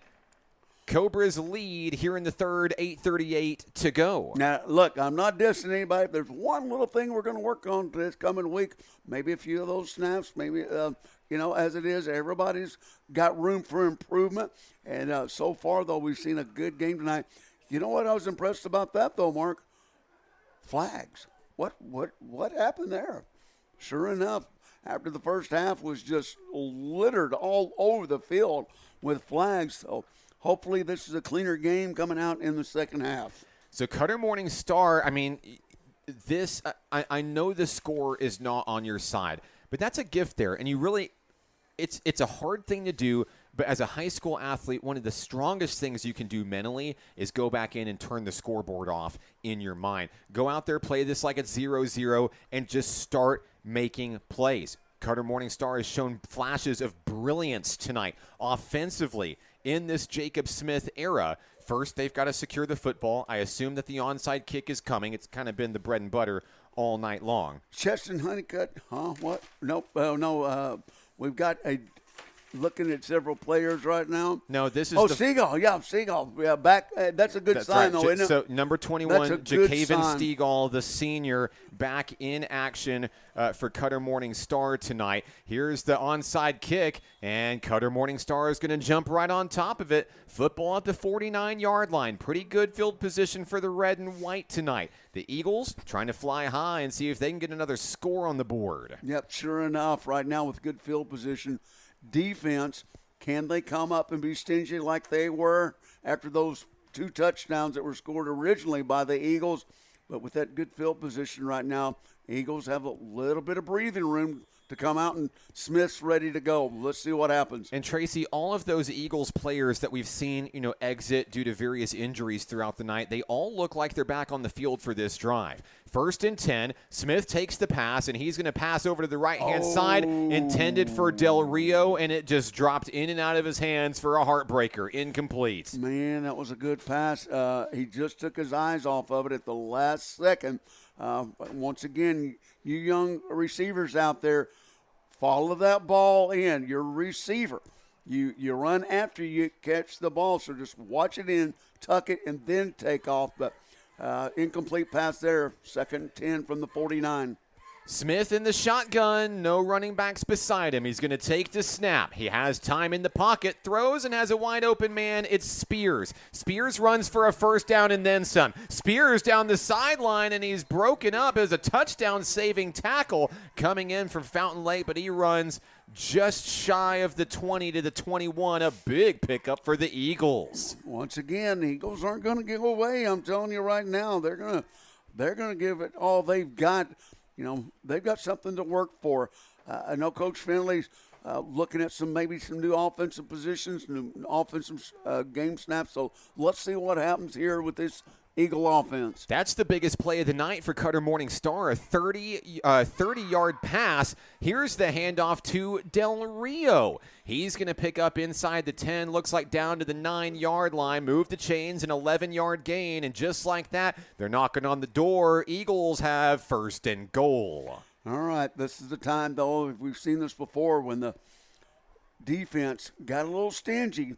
So we'll see if they can stand up right now and force something different. Here's something different. 4 wide to the left. Wow, box formation. Jacob Smith, this looks like a possible screen pass. There it is, and it bounces off of Del Rio, and it was nearly intercepted by Fountain Lake. That was very, very close going the other way. Clark had his eyes on it just for a second, and I thought he had it, but just bounced off of it. And that was some heavy-duty traffic. Here we go with that 4 wide bunch formation again. Mark, you're right. Same formation. Yeah. Same formation. 7:56 to go here in the third. Clock stopped after the incomplete pass. Second and goal from the 9.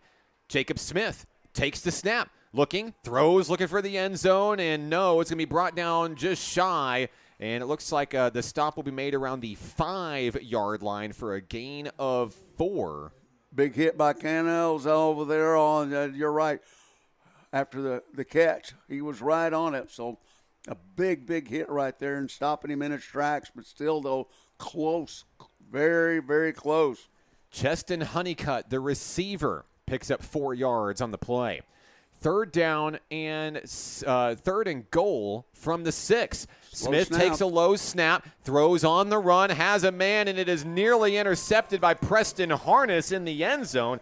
That pass was intended for number 5, Anthony Bulcow. He could not reel it in. Harness was all over him. Man, I'm going to tell you what. You know who really made the play was O'Brien once again. He has been in that backfield all night long and literally disrupted the play right there to make it a 4th down. Tracy, it's 4th and goal, and I believe we're going to see the field goal unit come out for Cutter Morningstar here. Watch the fake. It's a good opportunity to give it a go. Yeah, and they need some practice. This will be good for the future for these kids. And it looks like the kicker will be number 12, Brody Spears. The kick is up on its way. Field goal. Good. Cutter Morningstar back on the board, 48-17. We'll take a break. 7:13 to play in the third. We're back in a moment. 92.9 KVRE. And we're back here at Fountain Lake Charter High School. It's the Battle of the Gorge, where Cutter Morningstar has just added a field goal, chipping away at the deficit. All Cobras in this one tonight, 48-17. We're in the third quarter, 7:13 to play. A touchdown for Fountain Lake starts the sportsmanship clock. He's Tracy Simpson. I'm Mark Oliver. Tracy, it has been a fun night here in Cobra Country. Kind of sad to say, looking at my calendar, it's going to be a while before we're back here. Yeah, this is something that but we needed. This is something that the fans needed. Home right now, just be here, all the excitement, the community getting together. It's something special. Kickoff on its way. Fountain Lake has 2 men back to return. Case Hare calls for a fair catch at around the 11, I believe. Once again, Fountain Lake really not trying to go for returns if they don't have to. Just wanting to secure the ball, get the offense on the field, and let the offense go to work and do their thing. Yeah, well, I'm going to tell you right now, this is something that we've seen happen too many times where once a game sort of gets lopsided, where new formations, new players, new numbers are called. And, of course, there's a lot of stuff still to work out with this. And he fair caught it down there. I thought that they would take it back up to the 20-yard line. No. Coach Richardson's asking about that right now. No, fair catch. They're going to keep the ball where it lies here. They have it spotted at the 12-yard line. First and 10, Fountain Lake. Cobras are looking for 6 any way they can get it. 7:13 to go here in the third quarter. Now we're going to see that formation that we've seen a couple times tonight. 2 men in the backfield, and one of them is Peyton Harwood. Well, we've seen that before too, Mark. It went for a touchdown last time he got the rock. Here's the snap to Cooper Buss. This time it's a handoff to Case Hare. Hare has nowhere to go. He's actually brought back for a loss on the play. We'll see where they spot him at. This ball started at the 12. He's brought down at, let's see, forward progress gives him the 8 for a loss of 4. Well, once they saw that formation, obviously they thought they were going to run, and they were right. So they brought everybody. It was more or less a jailbreak with number 6 coming in, McGlone, for a cutter. And as it is, it looks like they're back to that 5 front now, trying to stop the run because they think Fountain Lake's obviously going to try to take some clock off. But now they've got an empty backfield, Mark. Empty backfield, 5 wide. We all know what's about to happen here. Second down and 14. Buss takes a snap, and he's going to go right up the middle. Buss goes right up the middle. He's brought down out around the 26-yard line. What a gain. I mean, he just picked up 17 yards to the 25 like it was nothing. Well, Mark, I'm going to tell you what, that was a great run, but man, oh man, I hate to see Buss running like that with this big of a lead. You know, like you said earlier, we've got 9 more games to play in regular season, and love to get that first down, but once again, that's a little chancy. First and 10 from the 25. Buss across the middle finds Case Hare on the slant route, and he's going to pick that one up for an easy 8. Another big pickup by Case Hare tonight. That's his 7th reception of the ball game. He has more than any Cobra tonight. They're calling it incomplete now, Mark. What in the world? Oh, they did bring that back. Wow. They sure did. Wipe that off the board. What the heck? That looked like, evidently it was his back was to us, Well, Mark. he so caught maybe it going down to the turf. Yeah, They probably have a better angle than we do. Okay, I don't know incomplete. about that. Second and 10. Buss in the shotgun at the 25. Low snap, no problem. He's going to take it. Throws to the right. Has a man. Peyton Harwood with the grab. Out at the 35-yard line. Gain of 10. Move the chains. The communication there between the two, I mean, it's unbelievable. It's almost like ESPN. They know each other. They've been obviously playing football together as the two leading, pitch and catch guys coming up in history, Mark, like you were talking earlier. And so it's phenomenal to watch those two guys play. New set of downs, first and 10. Cobras now out to their own 36-yard line. 2 wide left, 1 to the right. It's time for Devin Williams. They're going to hand it off to the senior. He runs right up the middle. He's stopped immediately. And I think he's even going to lose yardage on this one. Williams a little slow to get up on the play. Cutter Morningstar thinks they may have the football here, Tracy. There is a tug of war down on the field between only 2 young men. Who has the football? Well, Cutter Morningstar thinks they have it. And they do. It's because they do. It's a fumble down on the field, and Cutter Morningstar continues to build a little bit more momentum here. I mean, almost dead to rights, nearly in a checkmate situation. They're literally fighting with the game on the line, and they're continually finding ways to stay alive. Well, we said this at the beginning of the second half, that they're not going to go away. There's no You no absolutely way. said that. Yeah. We'll find, Mark, you made that statement where they've got all their starters back in also. And that makes a big, big difference right now. Changing of momentum here in the third quarter. Jacob Smith now on first and 10. He'll take the snap. He's going to run with it, and he has a wide-open running lane to the left. He runs out of bounds at the 16-yard line. That's a gain of 18 on the quarterback keeper. You never want to see that. Well, if you're Fountain Lake. At the beginning of the second quarter, if you recall, Mark, they had almost put in a different defense where they were boxing him in, rushing 4 down linemen with 2 outside linebackers. They'd given that up to protect the pass. Now they're back at it again. It's a gain of only 16 for Jacob Smith on the quarterback keeper. He drops back and fires one into the end zone. That one is broken up. 2 receivers were there, and only 1 man for Fountain Lake shutting down 2 receivers at once. That was some pretty good pass protection from the purple and white tonight. Yeah, well, I'll tell you what, Canal was by himself. That was a blown coverage, and we just got absolutely lucky on that one, him putting up his arms. 2 receivers in the same area. I'm not sure neither one of them called for it, but incomplete pass and a little bit of luck for the Cobras. Yeah, Keaton Canal is a name that we haven't called a whole lot tonight, but he's out there making plays. 2nd and 10. Smith drops back. He's going to try again, and that one just got away from him. It kind of went astray out of his arm, a little bit wide to the right of his intended receiver. It's another incomplete pass. It's 3rd down for the Eagles. A little miscommunication there. That was supposed to be a get and come back, and he went to get and go. And so wide off the mark there, but now a big 3rd down for Fountain Lake. If they can somehow manage turnover on downs, that would definitely help our offense, who's probably got some more rest in them now, get back on the field. 5 minutes to go in the 3rd quarter. Fountain Lake leading 48-17.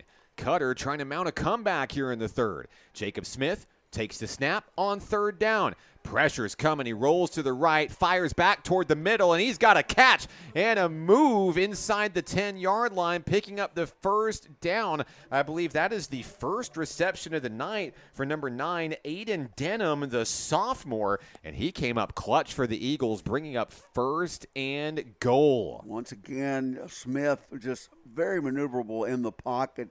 His presence, knowing where everybody is something special, Mark, and able to strike across the middle with that throw, shows some arm speed right there and some muscle to it too. Football's going to be down at the 8-yard line, 1st and goal. Here's a handoff to Santiago Del Rio. He will get inside the 5 and maybe just a little bit more. We'll call it the 4, gain of 4 for Santiago. Yeah, right now they're bringing in their bunch formation. That we saw that earlier with 3 or 4 in the backfield. I believe, Mark, what we called earlier the Wildcat formation. We'll see if that happens again. 4 minutes to play in the 3rd quarter. Cutter Morningstar knocking on the door. 2nd and goal from the 4-yard line. Now Santiago is in at quarterback in the Wildcat. Rolls to the right-hand side. He's looking for the pylon. He's in. Santiago has his 3rd rushing score of the night. If you blinked, you missed it. Cutter Morningstar is back on the board. Yep, they're not going away once again. And I'm not sure they went for that field goal earlier just to get them a little bit of momentum. And now it seems like it worked. Well, they're kicking in. They come up with the fumble recovery. You know, I thought they would go for 2 here, but they're settling for the PAT. Just trying to get the easy points here, maybe. 3:45 to go. Cutter's going to kick the extra point here. Hold is good. Kick is up. Kick is good. It's 48-24. We'll take a break. 3:45 to go in the 3rd. This is the Battle of the Gorge on 92.9 at KVRE. Back here at Fountain Lake High School, he's Tracy Simpson. I'm Mark Oliver. 3:45 to play in the 3rd quarter. Cutter Morningstar trying to mount a comeback. Still an uphill battle for the Eagles. It's the Battle of the Gorge, which has Fountain Lake leading 48-24. Cobras are going to get the ball back after coughing up the ball on a fumble on the previous possession. And something down there has got Coach Matt Richardson livid down there. Through his headset, upset with his team result here. Whenever you really look at it from a textbook fashion, Tracy, they were 1 extra point away from turning on the sportsmanship clock. Now, it doesn't even look like the sportsmanship clock will even happen in this contest tonight. No. What has happened? We got to watch for the onside kick right here, and we'll see. We only got 1 single back right now. We'll see what happens with that. Cutter's going to kick it deep end over end. 1 man back to return. Here comes Fountain Lake, and they're just going to slide down. Just take a few yards here out to the 23-yard line. Tracy, I know you're not a fan of it, but I'm really okay with it. No, I'm not. I don't understand that one bit. The special teams is something that you can put points on the board with, and I know we don't need them right now, but they've already jumped out 10 points on us, and that's something down the road that when you get into that 7-4A, you got to have that. And I know he's trying to just get things right to where he can get his offense back on the field and work on some things. Because, I know there's 48 points on the board, but still, there's things that you can still work on because believe it or not, they're going to travel next week to a team that's a little bit, tougher. So it's 48-24 Fountain Lake. 1st and 10. Cobras on their own 22. Bus takes the snap. Here comes the blitz. Bus able to evade a couple of defenders. He's going to run on his own and then run out of bounds. He gets past the 25 and then a little bit more. Not a bad pickup on the quarterback keeper. But, Tracy, I'm more concerned with the way that offensive line broke down on that play. Well, that's been the 3rd time so far, and he's had to run the ball. Now, one of them was designed, Mark, if you call it up the middle. But that's something that we don't need Bus to be scrambling right now. Let's leave that for the Smiths of the world and for the Hares, right as it is right now, or the Harnesses. But as it is right now, he needs to be able to have that pocket presence and be able to go through his progressions and make that complete throw. Cooper Bus, 8 carries, 61 yards tonight. He'll take the snap on 2nd down and 5. Pressure coming. A little bit of pocket protection there. Bus is rolled out of the pocket. He's going to have to throw it downfield. Harwood is there, and it is nearly intercepted. It was broken up by someone just a little bit taller than Peyton Harwood. Great job by the defender, number 11, Hunter Sanders, making that an incomplete pass instead of 6 points. Yeah, and that was a great scramble, but, he was outside of the tackle box. He could have easily thrown that one out of bounds. That's true. He was going for it. Hey, you got to like it the way he attacks. Look, but we had a flag. Wait a minute. Somebody downfield. It was a 50-50 ball to Harwood. It was a decent chance to take. The defense just came up big on that one. We've got a penalty against Fountain Lake here. Block in the back is the call. That's going to make this one a little bit tougher for Fountain Lake.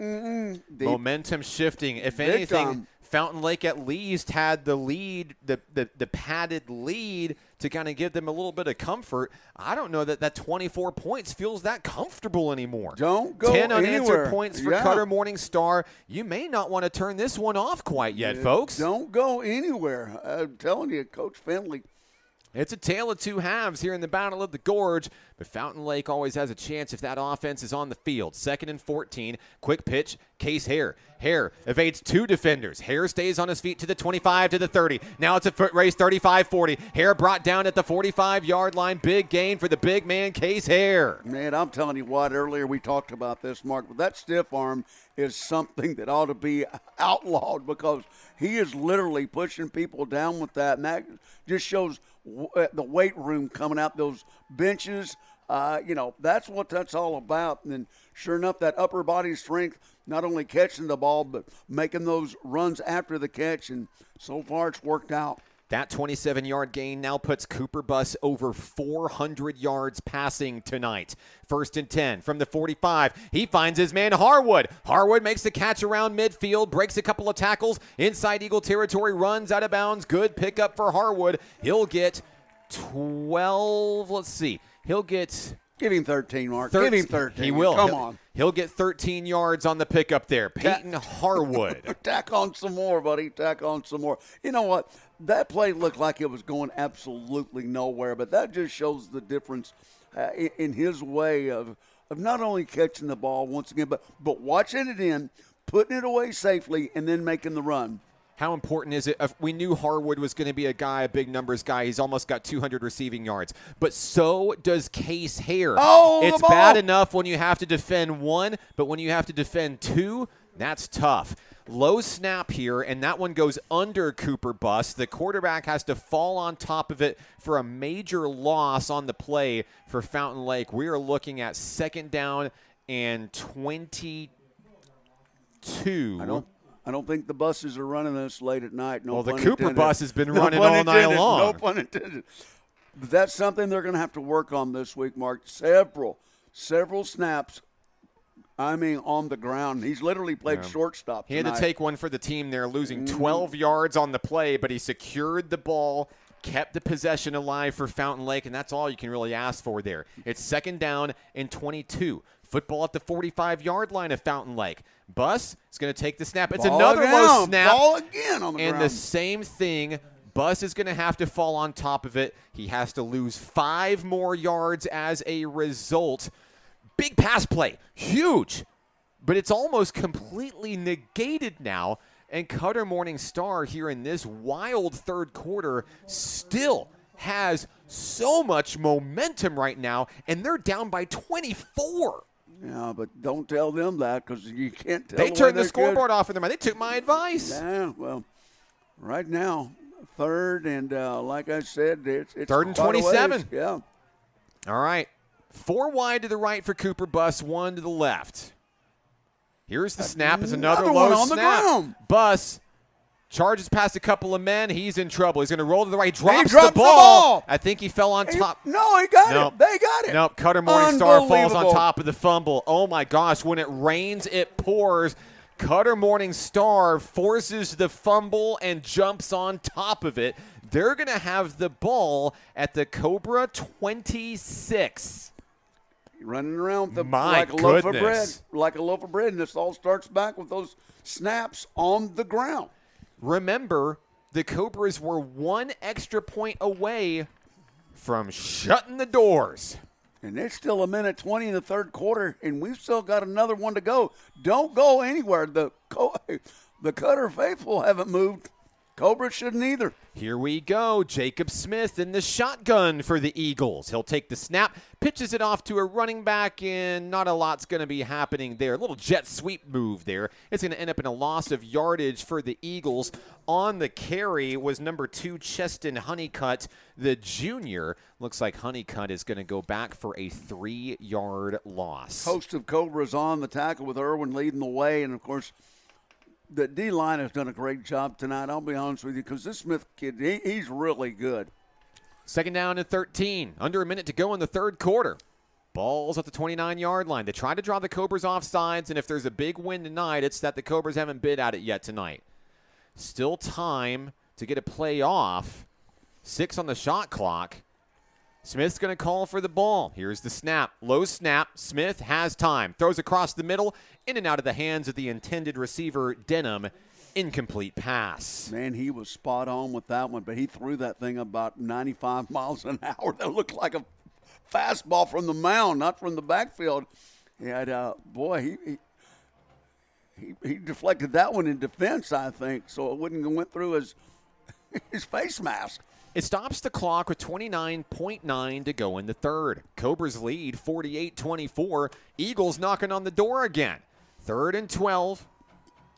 Here comes the blitz. Smith's going to take the snap, throw to the right. He has Spears at the 21. Spears evades a couple of tackles. He's inside the 20, down to the 18. It'll be 4th down and what appears to be 2. Obviously, the Eagles will go for it deep inside Cobra country. Little pitch and catch right there, and it worked for the reception. He was able to gain a few more before the tacklers got to him, but right now, a huge 4th down right now, and I think they're just going to let the clock go, Mark. They will. That's the end of the third quarter. We've got a ball game on our hands. 48-24, Fountain Lake. 12 football minutes remain in the Battle of the Gorge. The fourth quarter is next when we come back on 92.9 KVRE. We've reached the final act here in the Battle of the Gorge. With Tracy Simpson, I'm Mark Oliver, and what a way to start our 16th season on the microphone calling the Cobras. 167 straight games and counting. Tracy, what does Fountain Lake have to do here to put this one to bed in the next 12 minutes? Well, obviously, they've got to stop them right here because this is a huge 4th down, obviously. But here's the kicker. They've got to control the ball. The line of scrimmage hadn't been the factor here. It's just control possession. They've had several tries, but once again, a turnover on the fumble and then going backwards. 2 fumbles. Yeah, and then going backwards. The 2 fumbles, you're right. Just calm down right now. And I'm sure Coach Richardson, when they had him on the sidelines right now, said, look, just slow your roll. Defense, they've come up big before in the red zone. And they could do it again right now to really put a statement on this game. It's 4th and 2 from the 18. Eagles football in Cobra territory. Smith's going to take the snap. No, it's Del Rio who takes the direct snap, and he's going to pick up the first down, Tracy. Wrestled out around the 15-yard line. It stops a touchdown, sure, but it's going to move those chains. The Eagles continue grinding forward. I'm going to tell you what, if I'm not Coach Finley, but that play, that bunch formation with the Wildcat, has worked all night long, not only down in the red zone, but obviously for these first downs. But I don't know. I mean, they're wanting the clock to keep going with that running formation, I guess, because incomplete passes does stop it. But boy, that's something that our defense is going to have to work on also after that, this bunch formation with the Wildcat. Gain of 4 for Santiago Del Rio. It's 1st and 10 from the 14. Smith takes the snap, rolls to the right, throws, and a sliding catch made at the 6-yard line. Gain of 8, and another big pickup for the Eagles, this time Jackson McClone. Well, and we were right there. I mean, literally on top of it. Castle was close to him. That was just a great catch right now. But this red zone offense has produced several touchdowns already, and they're not slowing down for the Eagles. Fountain Lake's back is against the wall defensively. It's 2nd down and 2 from the 6.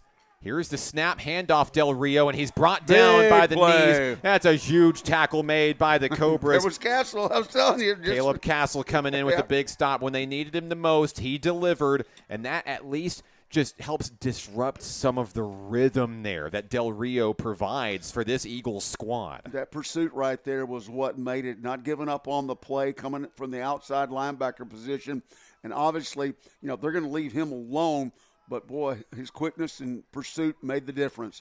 3rd down and about 6 now. Ball's at the 10-yard line. Jacob Smith takes the snap, eludes a couple of defenders. There's the blitz he again. is sacked. A helmet comes off as well. The quarterback's going to lose his helmet, Tracy. You know what that means. Yes, what sir. A big stop there by the Cobras. One Fountain Lake player is slow to get up on the play. It is a loss, and it is a big loss of about 8 yards. Yeah, I believe he got squashed. I'll be honest with you. He's going to be all right. He's taking some big hits tonight for sure. Well, what happened was when he made the tackle, Smith came down on top of him, and then because of the gang tackling of Fountain Lake, they all got on top of him. I've been there before on the bottom of a dog pile, and your lungs can only handle so much. He's getting his air back in him now.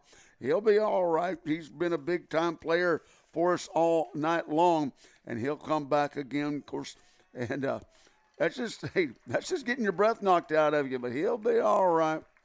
Okay, yeah, he's holding that diaphragm. You can tell. Oh, yeah. I feel it for him. I feel it for him on that one, Tracy. I know it's tough out there.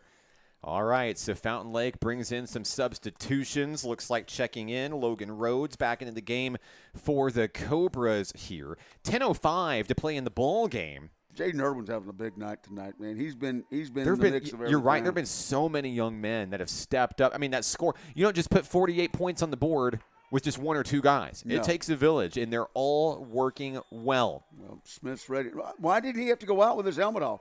I don't know, because Smith is still in. Wait a minute. Maybe because of the injury timeout, they decided not to make him take a play off. Oh, they got him all finally. Well, now the Eagles, maybe all night long they haven't got the Cobras to jump, but they get him to jump now whenever all the momentum. And Coach D is down there on the field right now giving it to the sideline judge for the referee right here. And you love to see that fire and spirit from Coach D. He's trying to explain to him right now, but why didn't he have to come out? Coach D knows that. He should have had to come out. Yeah, Coach Matt Richardson's whoa. He wants to know why. Coach Richardson's going to call a timeout. Fountain Lake is going to burn a timeout to go talk to the head official. But they're right. And now he's Tracy, holding Fountain off. Lake is right here. Mm-hmm. The quarterback, Jacob Smith, the officials lost sight of the state of the game here, but Fountain Lake did not. Matt Richardson's out there to talk things out with the head official. Hey, Jacob Smith should be out for a play. Now, I don't know that that's like a major hindrance to Cutter. We've seen multiple times tonight where they just throw Del Rio in and find a way to move the ball downfield, but the game's the game. Well, but they did it when it was within 5 to 7 yards and not when it was 4th and 14. Yeah. And that's a huge difference, and they still don't have a great explanation. But Coach Richardson, they were going to ignore the coach, and Coach Richardson says, "Nuh-uh, I'm going to make you talk to me." Yeah, called that timeout, and he stood his ground. And you got to love a coach that stands up for his kids like that. Oh, he's going to do that. Irwin back in, of course. You knew that one. Yeah, that gives Jaden Irwin a chance to get back in as well. Breath back in the chest, and as long as he's still breathing, he's still fighting to the finish line for this Cobra squad. What a solid leader that young man is. Big fourth down here, Mark, wouldn't you say? Yeah, it's a huge one. 4th down and 9, ball on the 13. Of course, the Eagles are going to go for it here. You have nothing to lose here. Smith's going to take the snap, throws, finds a man, is dropped. Incomplete. Aiden Alt makes sure the man is down. Turnover on downs. And Fountain Lake high fives and handshakes as they head back to the huddle here. Now, finally, some sighs of relief, and now the Cobras hoping to go out there and take care of business. But before they can, another player down on the turf, this time an Eagle down in the end zone, possibly working a cramp here. Yeah, he went down on his own. And Tracy, not that I don't love that the official is working out the cramp, but why is the official working out the cramp? Well, because nobody else is out there. Nobody else ran out there to help that young man. Well, Mark, it's been a long night and everybody's first game, but he's running off. Everybody, he's okay. Yeah, it's hot out there. It's been a long night. Well, it's cooling off, but the humidity. We're approaching 10 o'clock here, and we're still in the 4th quarter. It's probably one of the longer games happening tonight here in week 0, and very uncharacteristically going long based on how the script has went tonight. Mark, let me tell you, and I'm not meaning to cut you off. Did you see Preston Harness kneel down and help him out? Yeah. And then the other kid, knowing each other, he tapped him and said, "I'm okay, it's a cramp." That's right. That's right. What a camaraderie there between the two players. On the gridiron, yeah, we're fighting, but you saw that right there. What a great young man Preston Harness working that one. So Fountain Lake gets the football back, leading 48-24. 1st and 10 from its own 13. Cobras on the move. Handoff, Devin Williams. Williams, what a night for that senior running back tonight. Out to the 26-yard line. Give him a gain of 13 for number 13. And a great snap. I saw him on the sidelines over here while the defense was on the field, right, working on that snap. That's what you do. Great perseverance there by our center. Look, it's his first game too, and he's had a tough night. He's doing his job blocking, which I'm going to tell you what, right now, he's probably given up 100 pounds on these kids, but he's done a great job tonight. And I gotta give him a tip of my hat to him. He set a goal, and he has achieved that goal. He's got that 50 mark at rushing. He's got 59 yards on the ground. And another low snap here as Cooper Buss takes the snap. And is this going to go down as an incomplete I'm not pass? Sure. No, he's going to fumble it. He just nailed it. He picked it up with his knee on the ground. So it's just a negative rush, if you will. But it is going to be a loss of 5 for Cooper Buss. And I'm looking at Cooper Buss's stat sheet, and I'm looking at 22 yards less rushing that he has now because of some subpar snaps tonight. He's down to just 39 yards rushing. 11 carries tonight. 2nd down and 15 from the 21. You can see Buss ready to receive the snap low. This time he gets it, and he throws for Preston Harness, a rare target for Harness. Harness unable to connect. Wide open pass to number 1. He just couldn't reel it in. And I think that was the problem. He was all by himself, and he just maybe almost caught him off guard. I think he did. He thought that he was going to run the ball, and he turned around in time. The ball was already there. 8:28 to go in the 4th. Clock stops on the incomplete pass. 3rd down and 15 for the Cobras. Fountain Lake leading the Battle of the Gorge over Cutter Morning Star 48-24. Cooper Buss in the shotgun. 5 wide on the formation. 2 left, 3 right. Buss ready for the snap. He'll take it low. He'll get the snap. No pressure from the Eagles. He has a strike downfield. He has Peyton Harwood. Harwood makes 2 men miss. He stays on his feet. Now a stiff arm. He's wrestled down inside Eagle territory to the 49-yard line. An impressive run there, 30 yards. Mark, you're pretty good with stats, and you usually figure these up, but you're going to have a calculator after this one. Unbelievable. No, I just got an Excel spreadsheet. Makes my, 16 years you learn a few tricks of the trade. Cooper Buss has 445 yards passing. Peyton Harwood has just went over the 200-yard mark. 224 through the air. I've still got my TI-55. Thank you. It might be worth something in a few years. Thank you very not. 8 minutes to go. Handoff Devin Williams. Williams over to the right-hand side on the carry. Gets back to the line of scrimmage. And a couple flags fly late on this one. Interesting to see what this one's going to end up being. No gain on the pickup for Devin Williams. Generally when that's the field judge throwing that, there's one of two things. Generally, if it's defense, it's face mask, or holding, or face mask. It's face mask. You're right, Tracy. It seems like you've played this game before. Have you coached this game before? Maybe a little bit. Maybe just a little bit. If anybody knows football, it's Tracy Simpson. I joke a lot, but, man, your knowledge of the game, especially of these families. I mean, you've seen generations of these football families come through the ranks here at Fountain Lake High School. You're talking about 50 years. We're only beginning year 16 on the mic. You've been around Fountain Lake a lot longer than I have, but even 16 years is really just a drop in the bucket for the legendary stories this program has told. I can't wait. My 35 years here, oh, my goodness gracious, I've seen some good ones. From the 34-yard line, 1st and 10. Handoff, Cooper Bus to Devin Williams.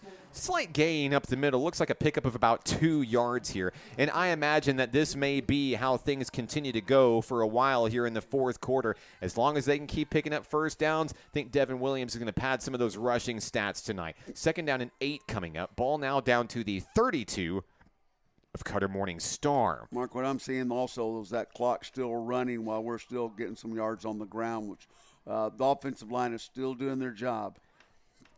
7:09 and counting here in the fourth quarter. Bus is going to take the snap. He's going to pitch one right across the middle, and he's got a target down at the 10-yard line inside to the 8.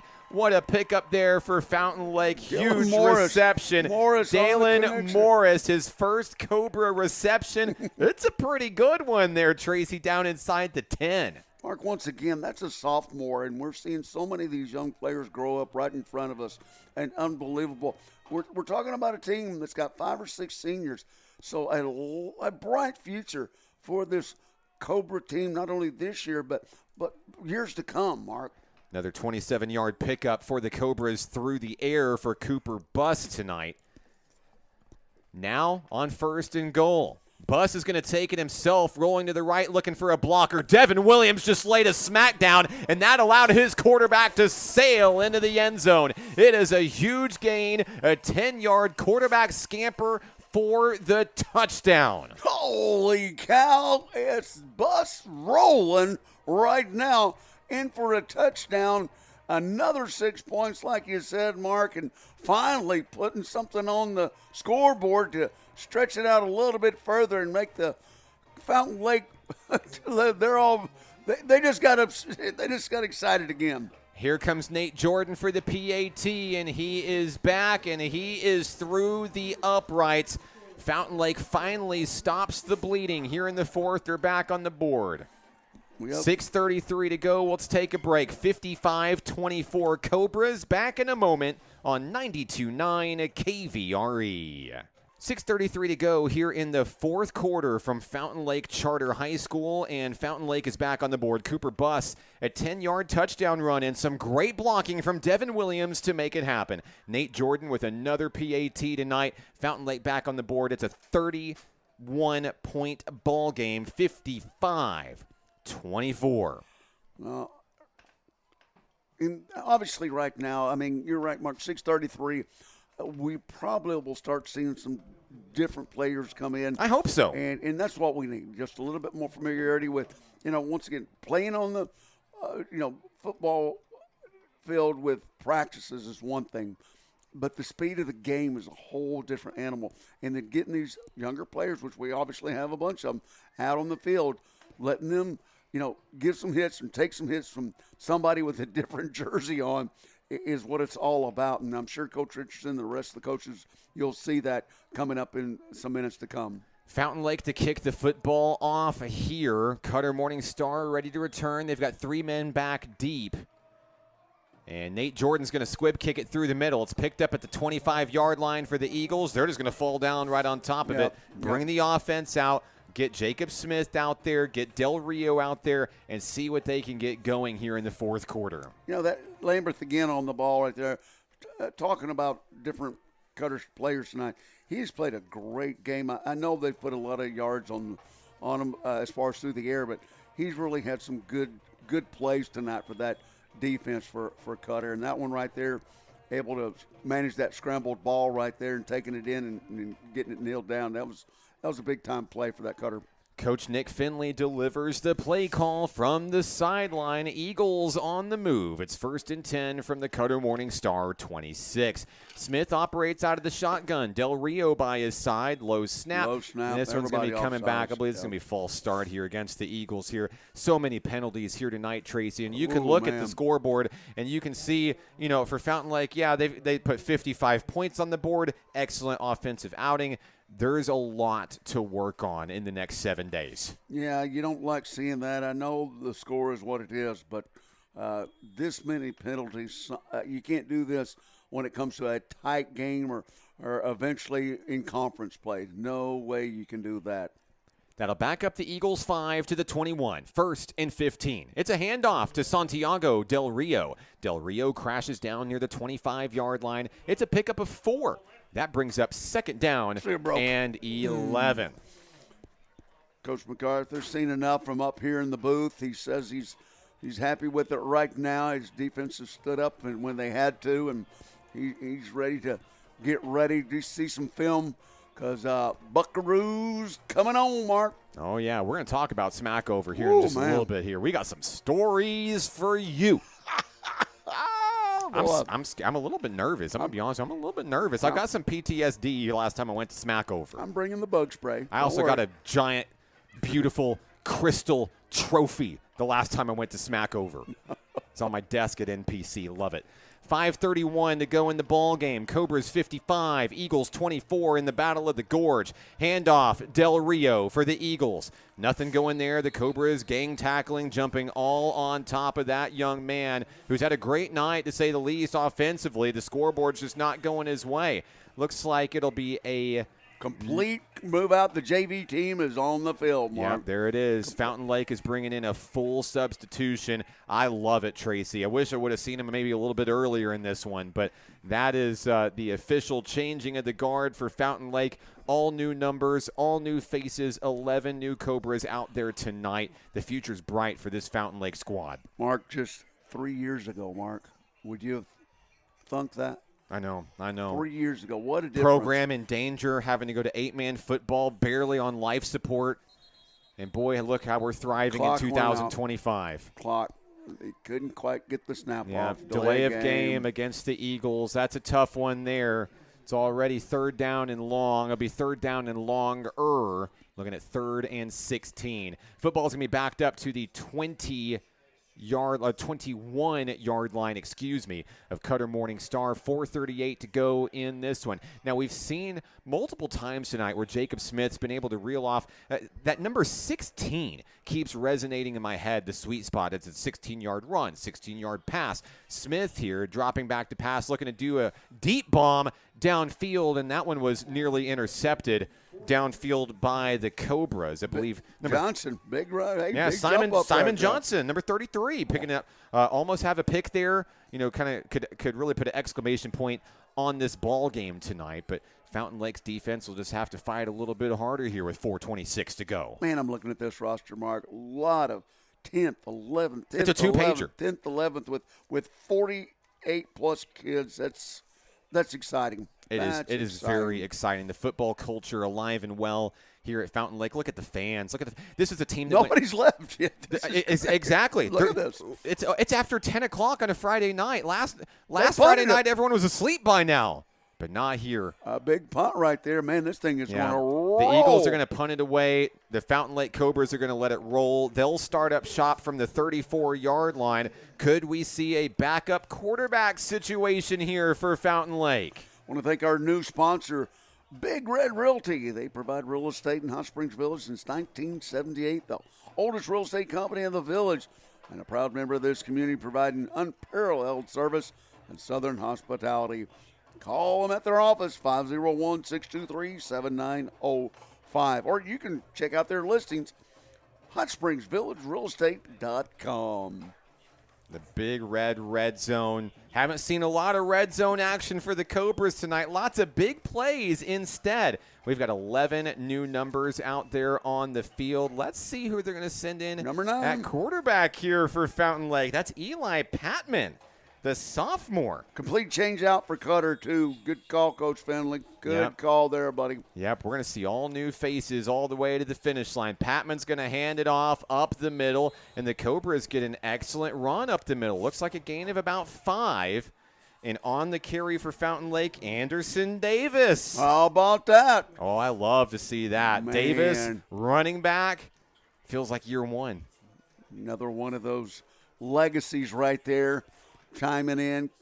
Coach D, unbelievable. What a great story there. Absolutely. Glenn, one of our favorites, down on the field.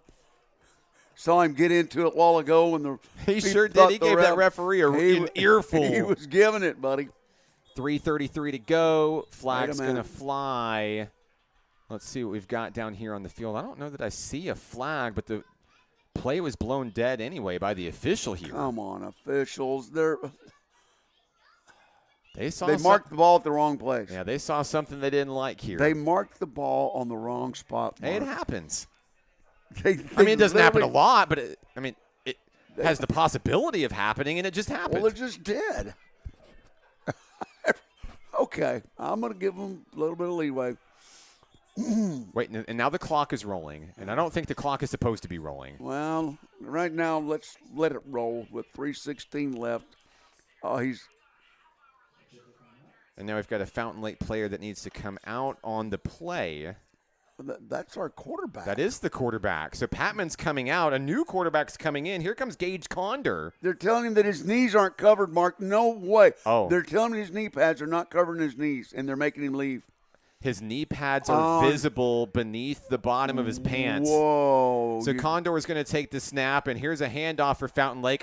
Multiple flags are going to fly here. Oh, boy. This could be the longest 3:07 remaining in the football game here. What in the world? Come on, White Hat Zebra. Unbelievable. Shout-outs to Zebras, I guess. I don't know. Yeah, That's going to back the Cobras up a little bit more. And Tracy, I'm going to be honest. I stopped counting penalties way back in the second quarter, so I can't tell you how many there were in this football game. Wait a minute, time out. That Excel spreadsheet's not telling you? I like the good numbers, like rushing yards, receiving yards. Where's my TI-55 at? Here we in go. a museum. 42. In a flea market.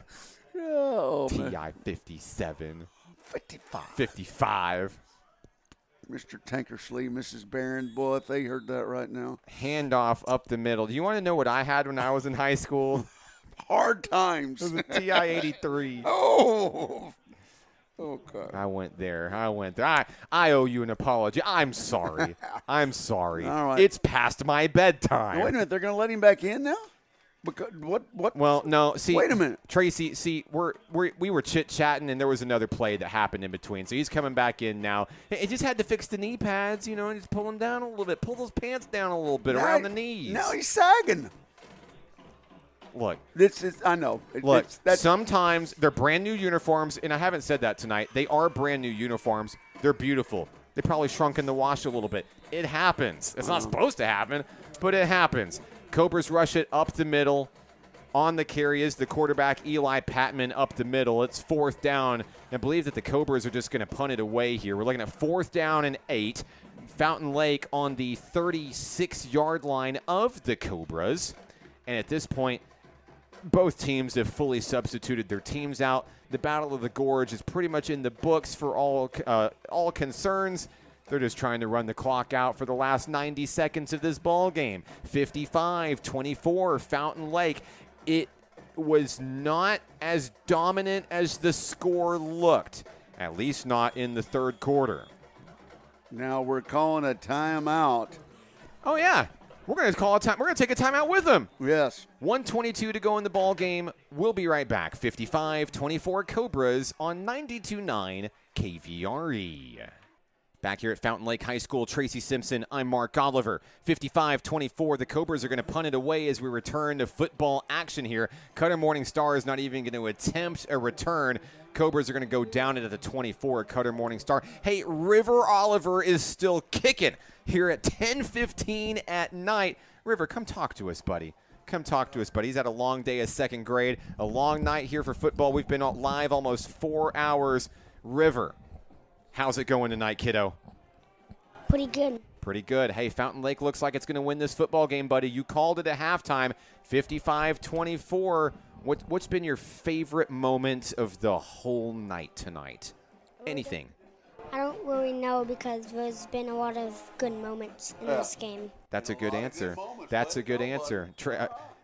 Tracy loves that answer. Hey, River and I and Tracy, we're going to hit the road the next 2 weeks. Cobras are on the road the next couple of weeks as Cutter Morning Star starts this next possession. They're actually going to fumble the ball on the snap here. I believe the Eagles are going to jump on top of it. And River, jump in, buddy. Jump in. Let's call the game together, kiddo. Oh, Fountain Lake's going to recover the fumble here. And Fumble! Got a fumble. Okay, here at this point, I wouldn't be surprised to see Fountain Lake take the knee and send this one home. You ready to go home yet? No. You know, that's okay. That's okay. Good answer. Good answer. Fist bump. Yes, sir. Yes, sir. Your check is in the mail, sir. 55-24. The Cobras recover the fumble, and now maybe some words of encouragement from Coach Matt Richardson. I would not be surprised to see the Cobras take a knee and put the Battle of the Gorge to bed here on Friday night. There's a potential that we are the last football game still going in the state of Arkansas tonight. Probably. Probably so. Probably so. All right, River, what are you excited for next week? We're going to be on the road at Smackover. Boy, Dad's got some stories for you. Going to have to pull you out of school a little bit early. So, Miss Hall, Miss DeLeo, if you guys are listening, sorry. Hey, River's a radio man, and duty calls next Friday night. All right, River, what are they doing out there? Fountain Lake snaps the ball, and what are they going to do here? Kneel it. They're going to kneel the ball. That's right. They're going to take a knee. You got Cooper Bus out there. The officials are talking something over with the players here. Oh, jeez.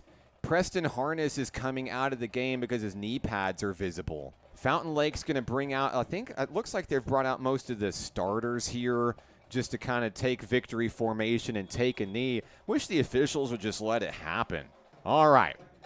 Clock rolling.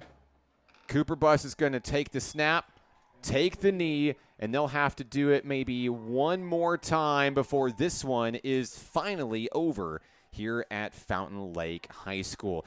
River, anybody that you want to give a shout out to tonight who's been listening?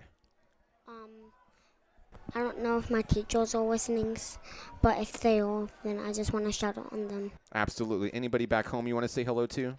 Maybe my mom, and my uncle and my two brothers. Yeah, River, it's been a long night, buddy, but this night's finally coming to an end. Thank you for joining us, and of course, River Oliver will be back on the board, on the mic with us next week. Tracy, this game is over. Cooper Bus takes the knee. Your final score, 55-24. The Cobras are 1-0. I'm telling you, Mark, a good game. We come back, we got a lot to talk about. We'll take a break. Back in a moment. 92.9 KVRE. Final score tonight from Fountain Lake Charter High School, 55-24. The Cobras open up the season with a big win. Hats off to Coach Matt Richardson, the entire coaching staff, and this Fountain Lake squad. It's been a long offseason. It always is. Anybody who's ever played the game knows, boy, you just can't wait to get back to that first game of the season. It wasn't always pretty, but the final score is what it is, and Fountain Lake still had some amazing statistics to go with it. Just some of the highlights. I won't go through everything, but Cooper Bus finishing with 4 touchdowns through the air, 472 yards passing tonight. 224 of those went to one of his favorite receivers, Peyton Harwood. 3 touchdown grabs through the air, 224 yards on 9 receptions. Case Hare had a really good night tonight. 7 grabs, 172 yards with a score. Devin Williams had a touchdown reception as well as one on the ground. Rushing score for Cooper Buss, rushing score for Peyton Harwood. That's all she wrote. Now we turn our attention to the Smackover Buckaroos. Fountain Lake looking for a little bit of revenge for last season's loss. Mark, and anytime these guys, these players, most of them, except for some of these, they know what happened last year. Trust me, it's embedded, and you don't forget things like that. And I guarantee you, they're going to go into the locker room and they're going to say, yeah, we won tonight, but we have unfinished business. And they're going to start on that film right away, and I guarantee you come Monday when they start practicing, they're going to remember that game last year, and they want to they want to say, let's go down to Smackover and do a little smacking ourselves. And it's not going to be easy by no means. One of the top 5 teams in the state in AAA, in Class 3A. Class 3A. So this is going to be a tough call for them tonight. A challenge was there. Cutter came out strong, and, of course, third quarter, a little different story. But here's the deal. There's things to work on, and believe me, they know that, and Coach Richardson will right the ship, and I believe we'll see some of those differences next week, but it's going to be an exciting game going on the road, and I can't wait for it. We'll be there and be there strong, and like I said, I'll have my bug spray for you.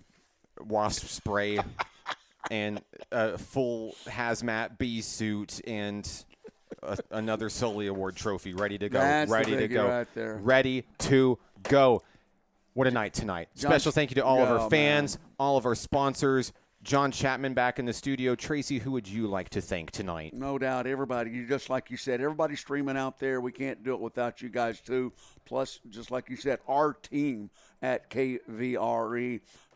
Wendy, thanks for giving us some scores tonight all through that. Mm-hmm. Doug, Art, and everybody else on the bandwagon listening in and providing us some great feedback on what's going on around the county. And I'm sure that we'll have that wrapped up a little bit later. But until next week, Mark, we're doing appreciate you, brother. Absolutely. Good night. Cheers. Your number 16 started off in a big way. Hello to my lovely wife, the beautiful Mrs. Hannah Oliver, my 3 wonderful boys, Michael, Ben, and River.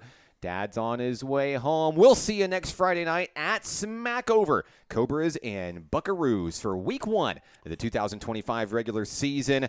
He's Tracy Simpson. Don't forget about Friday night with our Friday morning with our featured Cobra player. Oh, yeah, 7:20. Our next featured Cobra player of the week. And let me tell you, that decision is going to be difficult for next Friday. And, of course, next week, our next Fountain Lake 50th anniversary interview. I guarantee you are going to love it. He's Tracy Simpson. I'm Mark Oliver. For John Chapman, back home in the KVRE studios, we leave you from Fountain Lake. 55-24, the Cobras win. This one's for the Cobras. Good night. Good night.